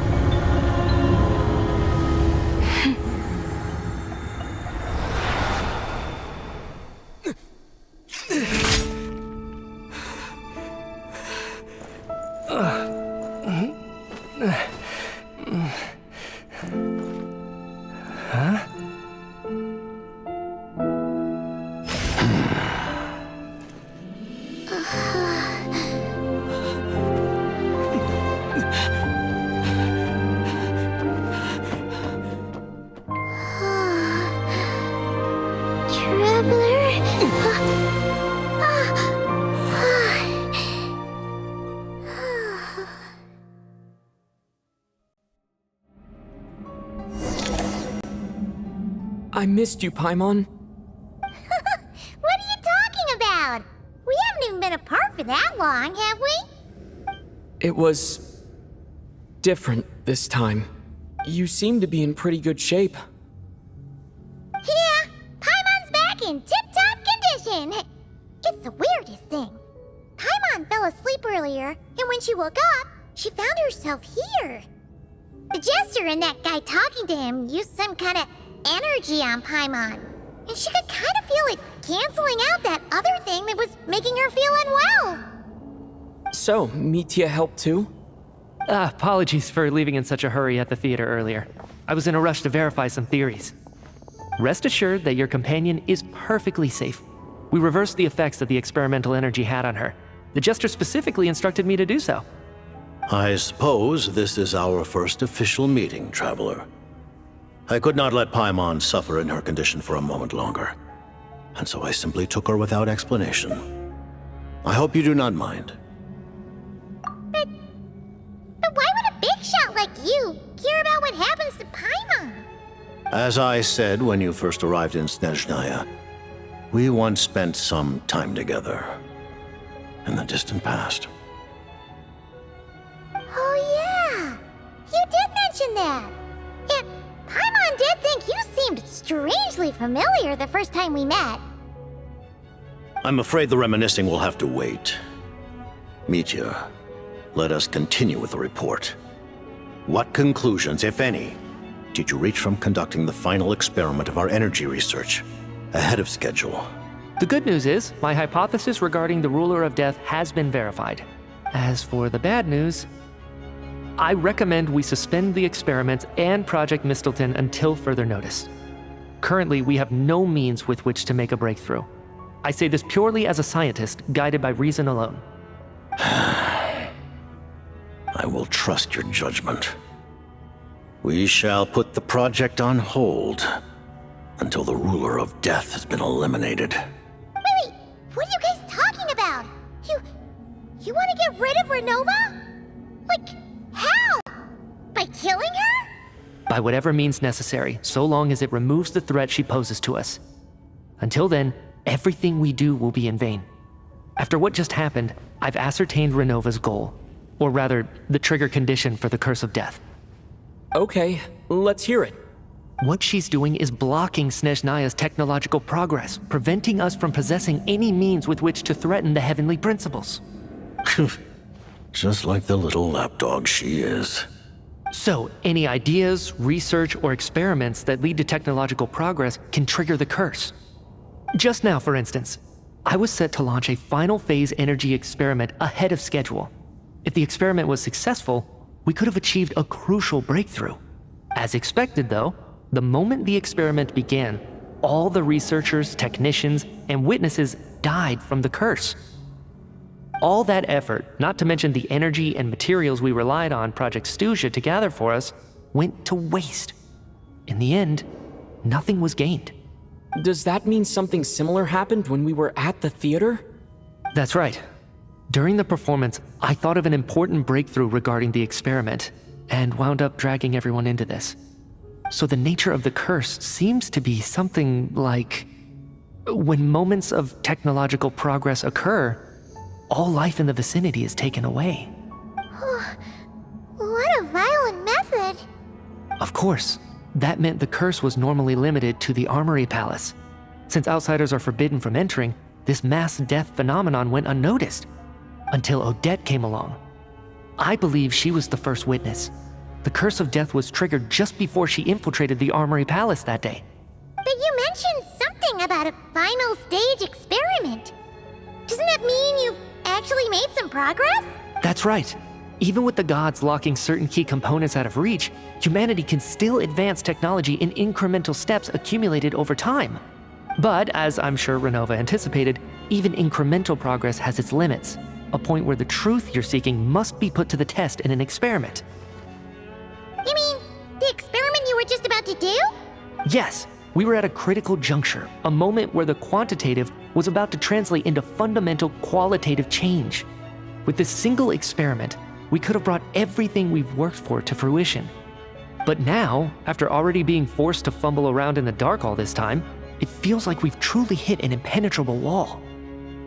As long as Renova's curse of death persists, we won't be able to advance the experiment or obtain any results.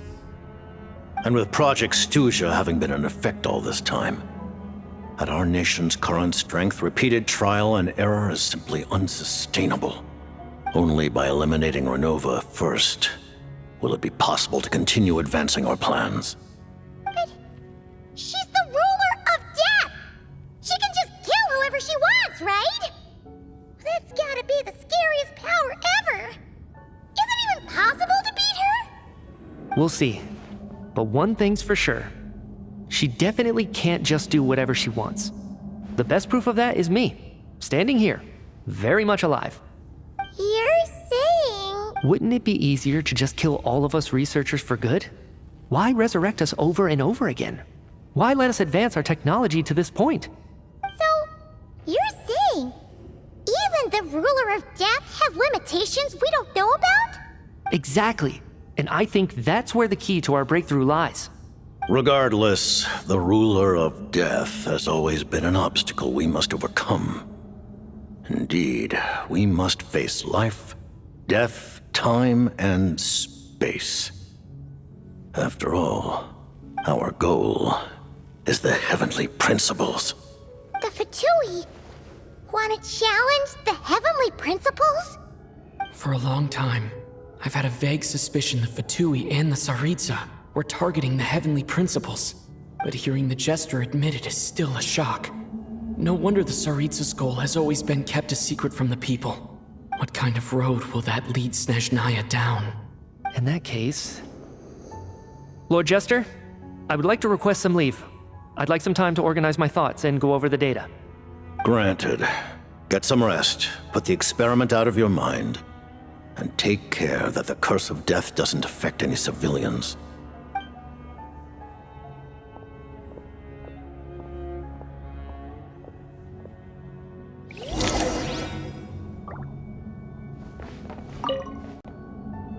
While there is yet time, allow me to offer you my hospitality, honored guest of Snezhnaya.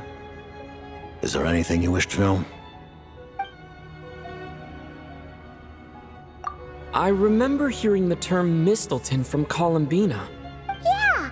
Paimon wanted to ask about that when the name came up just now. What is it?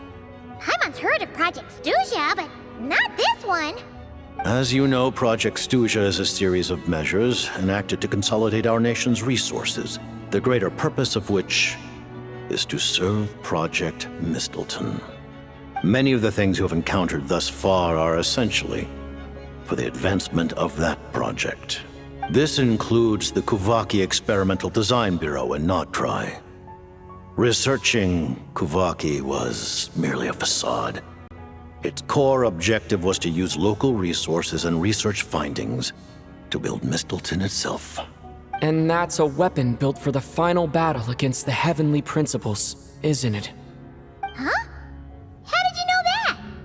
I was given some intel, and I made some deductions. Wait. You must mean that thing over there. Oh, Paimon's gotta take a closer look at this thing. Especially after you guys sent so many people to Notri to work on it. Kuvaki alone will not break through Celestia's defenses, let alone challenge the heavenly principles. The heavenly principles are no doubt accustomed to combating the power of the light realm, and elemental energy is simply the power of the human realm, converted to that form by the heavenly principles themselves. Any attempt to use this power against its creator would be a futile endeavor. For now, therefore, we have set our sights on the form of energy associated with the third descender and the stellar linchpins. This may hold the potential to allow Mistleton to contend with the heavenly principles. You could say that by reverse engineering the stellar linchpins to extract the energy within, we have obtained a source of anti-Celestia energy. The Kuvaki Experimental Design Bureau, Project Stuzia, and the new energy experiments. Huh. So, skeleton is what ties it all together. And it looks like your plan is almost complete. No wonder the ruler of death came after you. Her Majesty the Tsaritsa has embarked upon an expedition to vanquish a monster. Were it not for this, I imagine she would have been delighted to grant you an audience. Seems like the powers that be in Snezhnaya don't intend to hold my past conflicts with the Fatui against me. The Harbingers have been granted significant autonomy in retrieving the Gnosis. But by the same token, they do not completely represent Snezhnaya's official stance. You read my mind. Speaking of the Gnosis, Paimon's been dying to ask this question since forever. Why exactly does the Tsaritsa want to collect them? Is it something to do with the fight against the heavenly principles? The Gnosis will undoubtedly serve as a key bargaining chip when she confronts the heavenly principles. Beyond that, you had best ask the Tsaritsa herself. I am not sure if this information is mine to disclose. What do you mean, not sure? Don't you make the rules? You're the highest-ranking Harbinger! Ugh, never mind. Taking on the heavenly principles is something most people wouldn't even entertain in their wildest fantasies. Why is the Tsaritsa so fixated on this? In Tevat today, civilization is nothing but an illusion. Something whose very existence can be negated at any moment. Our civilization may very well be destroyed in the struggle, but as things stand, the heavenly principles could choose to negate our existence on a passing whim. And we must not sit back and accept that fate. Only by changing the state of affairs, only by overthrowing the heavenly principles, can our civilization truly be said to have taken root. Otherwise, the fate of the people of Conria and Hyperborea is a cycle doomed to repeat itself. Accepting potential destruction in return for getting to control your own fate. Furthermore, perhaps this is still somewhat difficult for you to understand. Are you aware that all the rules of this world are made up of curses? Huh? All of them? Paimon knows about the curse of death you mentioned, and the curse of immortality that you and Dainsleif have. Then the birth of the Hilichurls, the rules of Natlan's Ode of Resurrection. Those are curses too? Farina's long life seems to stem from a curse placed on her by Focalor as well. Yes. Even a god's love for humanity is a curse the heavenly principles inflicted upon the gods. What? The Tsaritsa has always had ample reason to hate the heavenly principles. If she can seize their authority, she will reconstruct the entire world, and when that time comes, humanity will be completely liberated from curses and lies. Look forward to it. It will be a world beyond your imagination. Though the ordinary people of Snezhnaya may not understand these details, in this frigid land locked in a ceaseless struggle against the environment, in this nation to which the gods have never shown favor, we all believe that standing in solidarity with the Tsaritsa in our shared struggle will surely usher in a new and better world.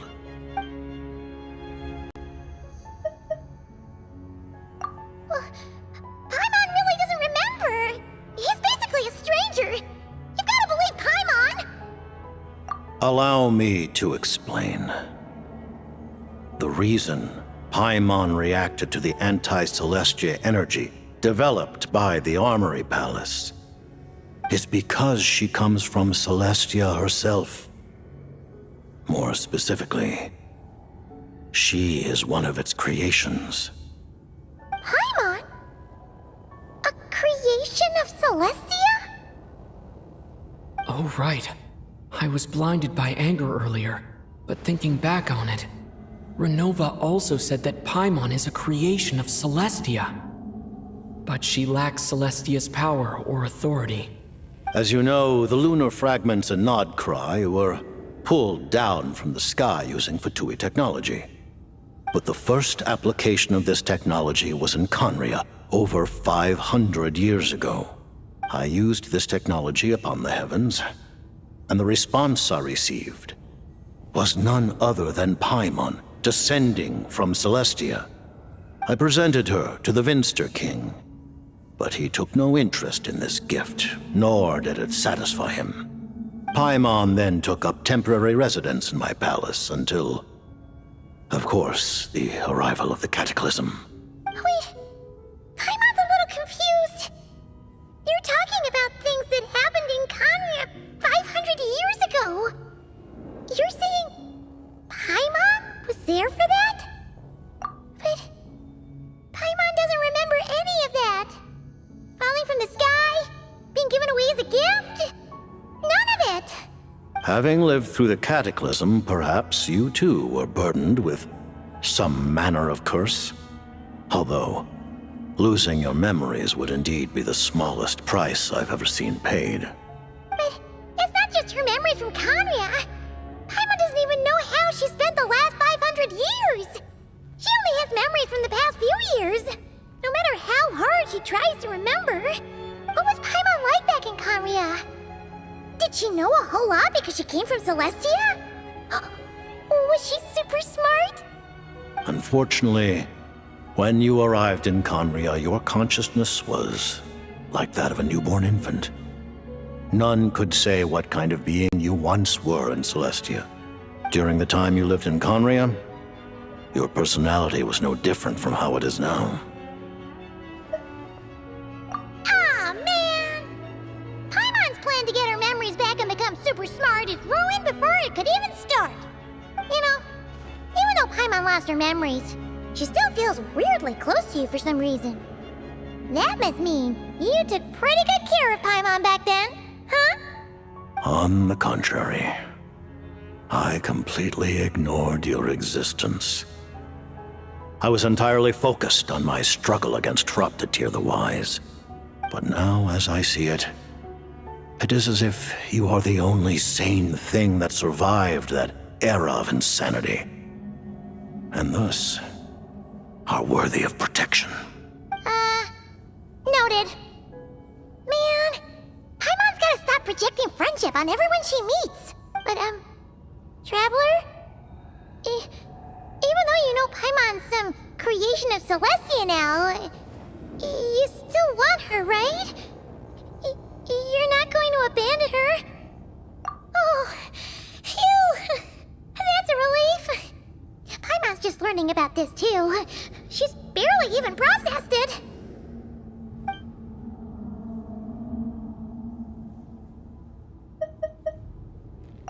Thank you for telling me so much. I'm a bit surprised, honestly. I didn't expect you to be quite so transparent with me. Given the circumstances, the Fatui need not hide anything from our allies. Allies? To advance Project Mistleton, we must first resolve our issue with the Ruler of Death. And if I presume correctly, you have no intention of letting her actions go unpunished either, do you? That's right.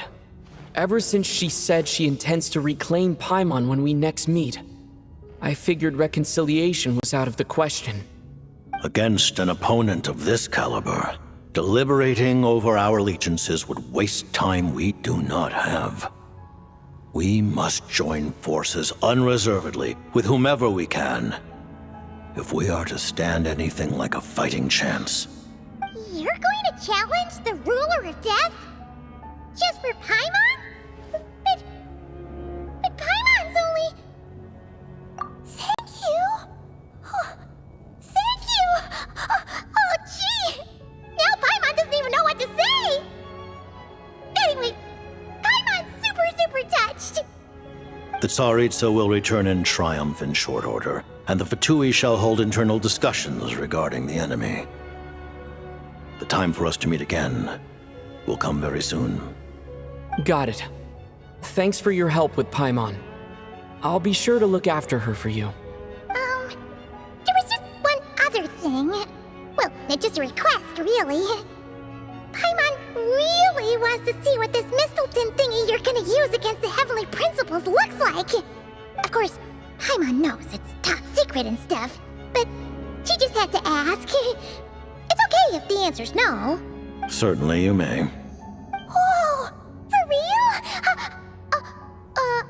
Actually, maybe it's best not to. What if her Nova suddenly pops up again? She might take this chance to... While the technology is not yet fully developed, it has nevertheless reached the stage where Celestia's creations are unable to damage it. In that regard, you may rest assured. Oh. Wow.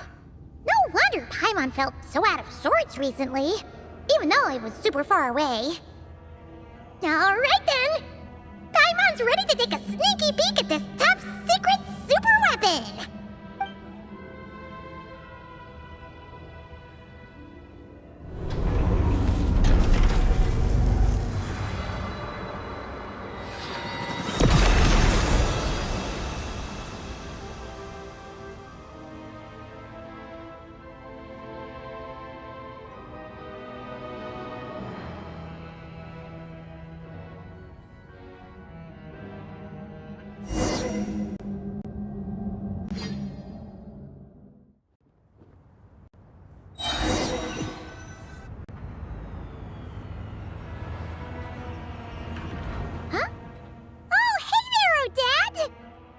Paimon?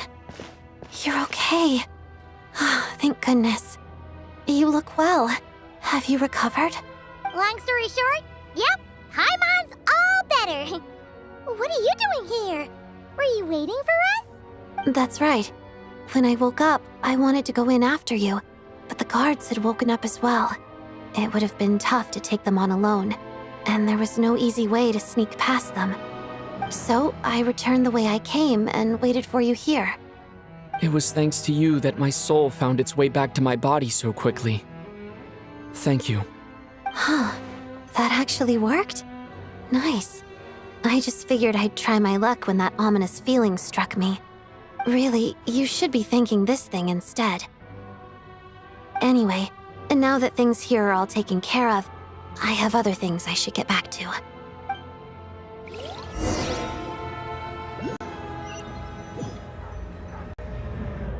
Ah, Director Chuganov, you're back. We just received notice that Project Stuzha has been suspended, so we've convened an emergency meeting. This is the preliminary plan. In addition to expanding production capacity, we've also discussed feasible layoff plans to optimize revenue and expenditure structure. Our calculations indicate that the factory's profits will increase by at least 30%. Just give the word, Director. That won't be necessary. Leave the energy for those who need it. Whether they use it just to get by or to run a business, that's up to them. Start preparing to halt production and lay off the staff.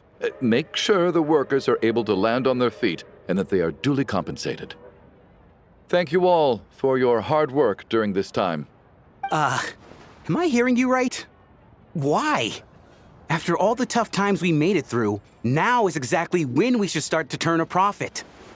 I just suddenly don't want to do this anymore. Huh. Does there have to be a reason? Iskra, it's time to rest.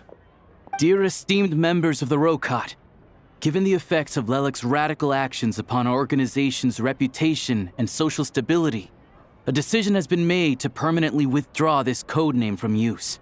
Considering that Lelik did what they did for the benefit of the people, the Rokat has nevertheless negotiated with the authorities, ultimately securing a waiver for all penalties due to them.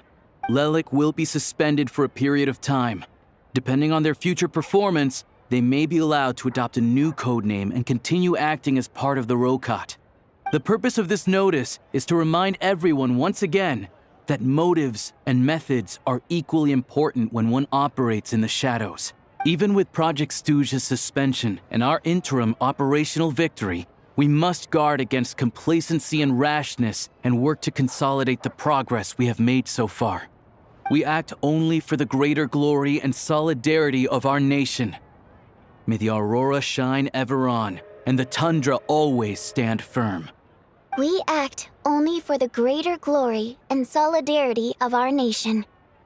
May the aurora shine ever on, and the tundra always stand firm.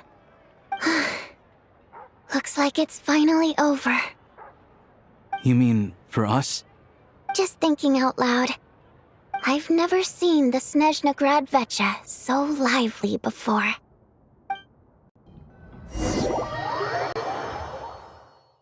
I never once thought I'd come here. But I understand everything now, Rosaline.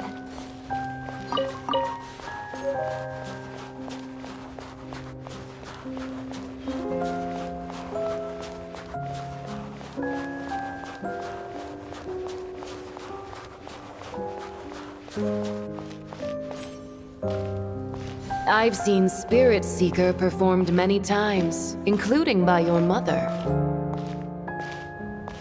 Why do you bring that up all of a sudden? Even though the choreography is always identical, every dancer finds a way to make it her own.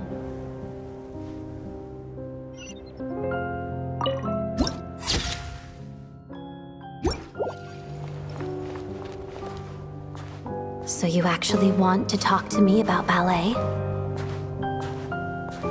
I just think it would be a pity if the dance was lost to history.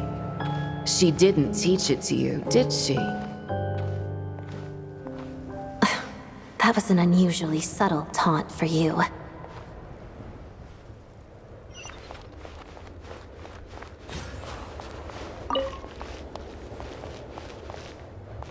We embraced one another on the snow-swept plains, melting the ruthlessness of time.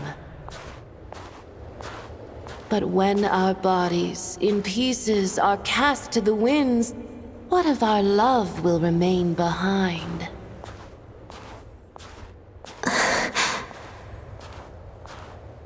Don't tell me you can't sing. Shush.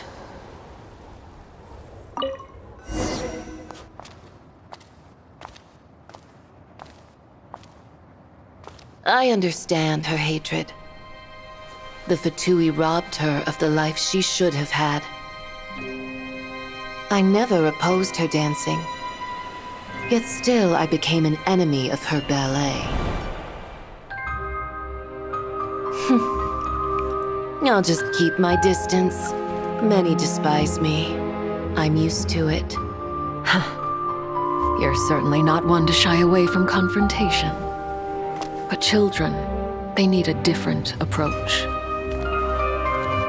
I'm hardly the most maternal figure. Yet, she is a child. In my experience, while a father commands authority, he must still yield to love. You should tell her what you think about her dancing.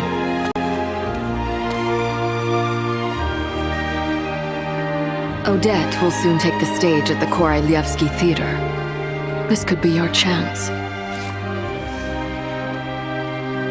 Geonosis secured. It went smoothly. I'll be there. Have them send me an invitation.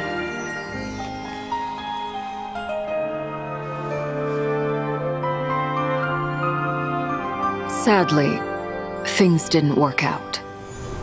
Her final words are inside that block of ice. This? Aren't these for monitoring her subordinates? Not yours. This one isn't her witch's flame, but my two worlds' flames. The two worlds' flames can burn away memories. It was my parting gift to Rosaline.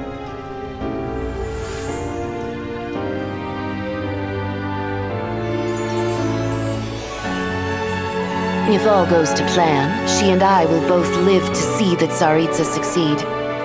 I believe she'll find peace. But if anything happens to me, she needn't follow in my footsteps. The cryo energy will fade away in time, Then the two worlds' flames will burn away all memories of the Fatui. She'll be free to dance. She deserves this. I will handle the aftermath. The choice is yours, child.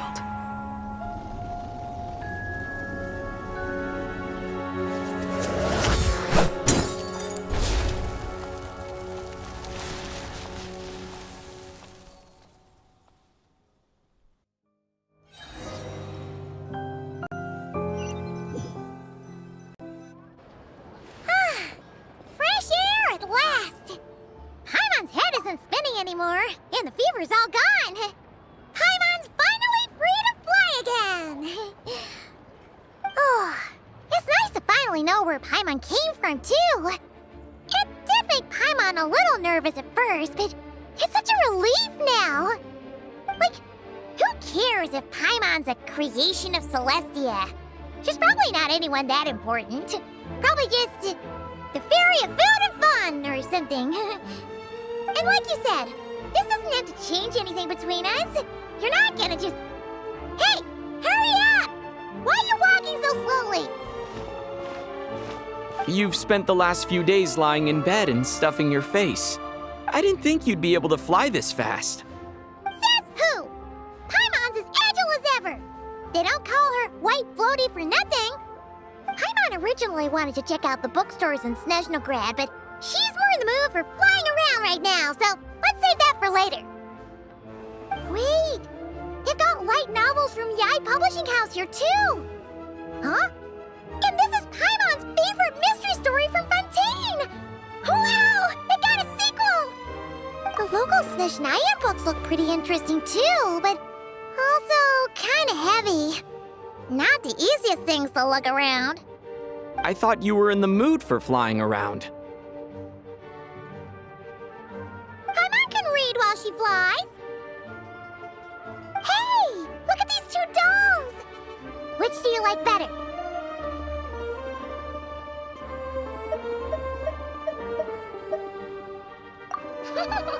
Alright! Boss, we'll take both. Paimon will have the other one. Oh, I thought we were only getting one. All right, fine. I'll pay. There you are. Thanks for visiting. Paimon will grab this and then... Huh? Huh?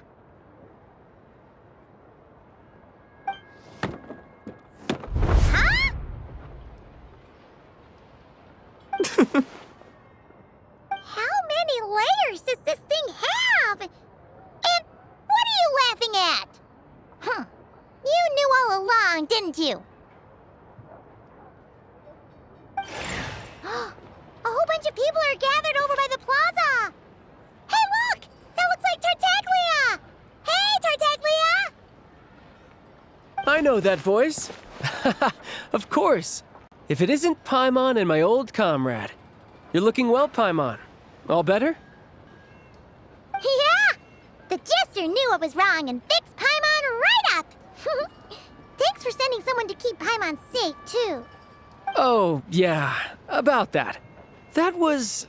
kind of embarrassing. Who could have known that our director would go looking for you in person?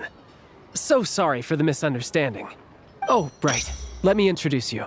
This is my little sister, Tonya. Hello, Tonya. Hello. Firstly, I'm really sorry about my brother. Sounds like he's caused you no end of trouble. Hey now, why'd you have to start with that? Not that it isn't true, of course. So she's the real Tonya. She said you two didn't manage to meet up at the theater. She waited ages for me, and when I didn't show, she got a little worried and went outside. I know, right? He didn't bother to say a word to me. I searched up and down the city for him, and he only told me about it when I finally caught him at the gates of Glupov. I've been rushed off my feet lately, so I didn't get the chance to go home. I just figured the Traveler would fill you in when he got there. Well, the snow was bad, and you're never late. So I was really worried about you. How was I supposed to know that you'd stood me up? I'm sorry, Tonya. I really am. I'll make it up to you somehow. Just... please don't tell Mom and Dad. Although the mix-up led to a series of misunderstandings, it's probably for the best that the real Tonya didn't get caught up in that mess. Besides, it's obvious that Tartaglia isn't usually one to break a promise. He only gave his ticket to me because he had to look into Lelik. No, it's fine. It just meant I didn't get to see the show in the end. By the way, what did you think? You were one of the first people to see it, you know? I would say... the best is yet to come. Huh? What kind of review is that? Hey!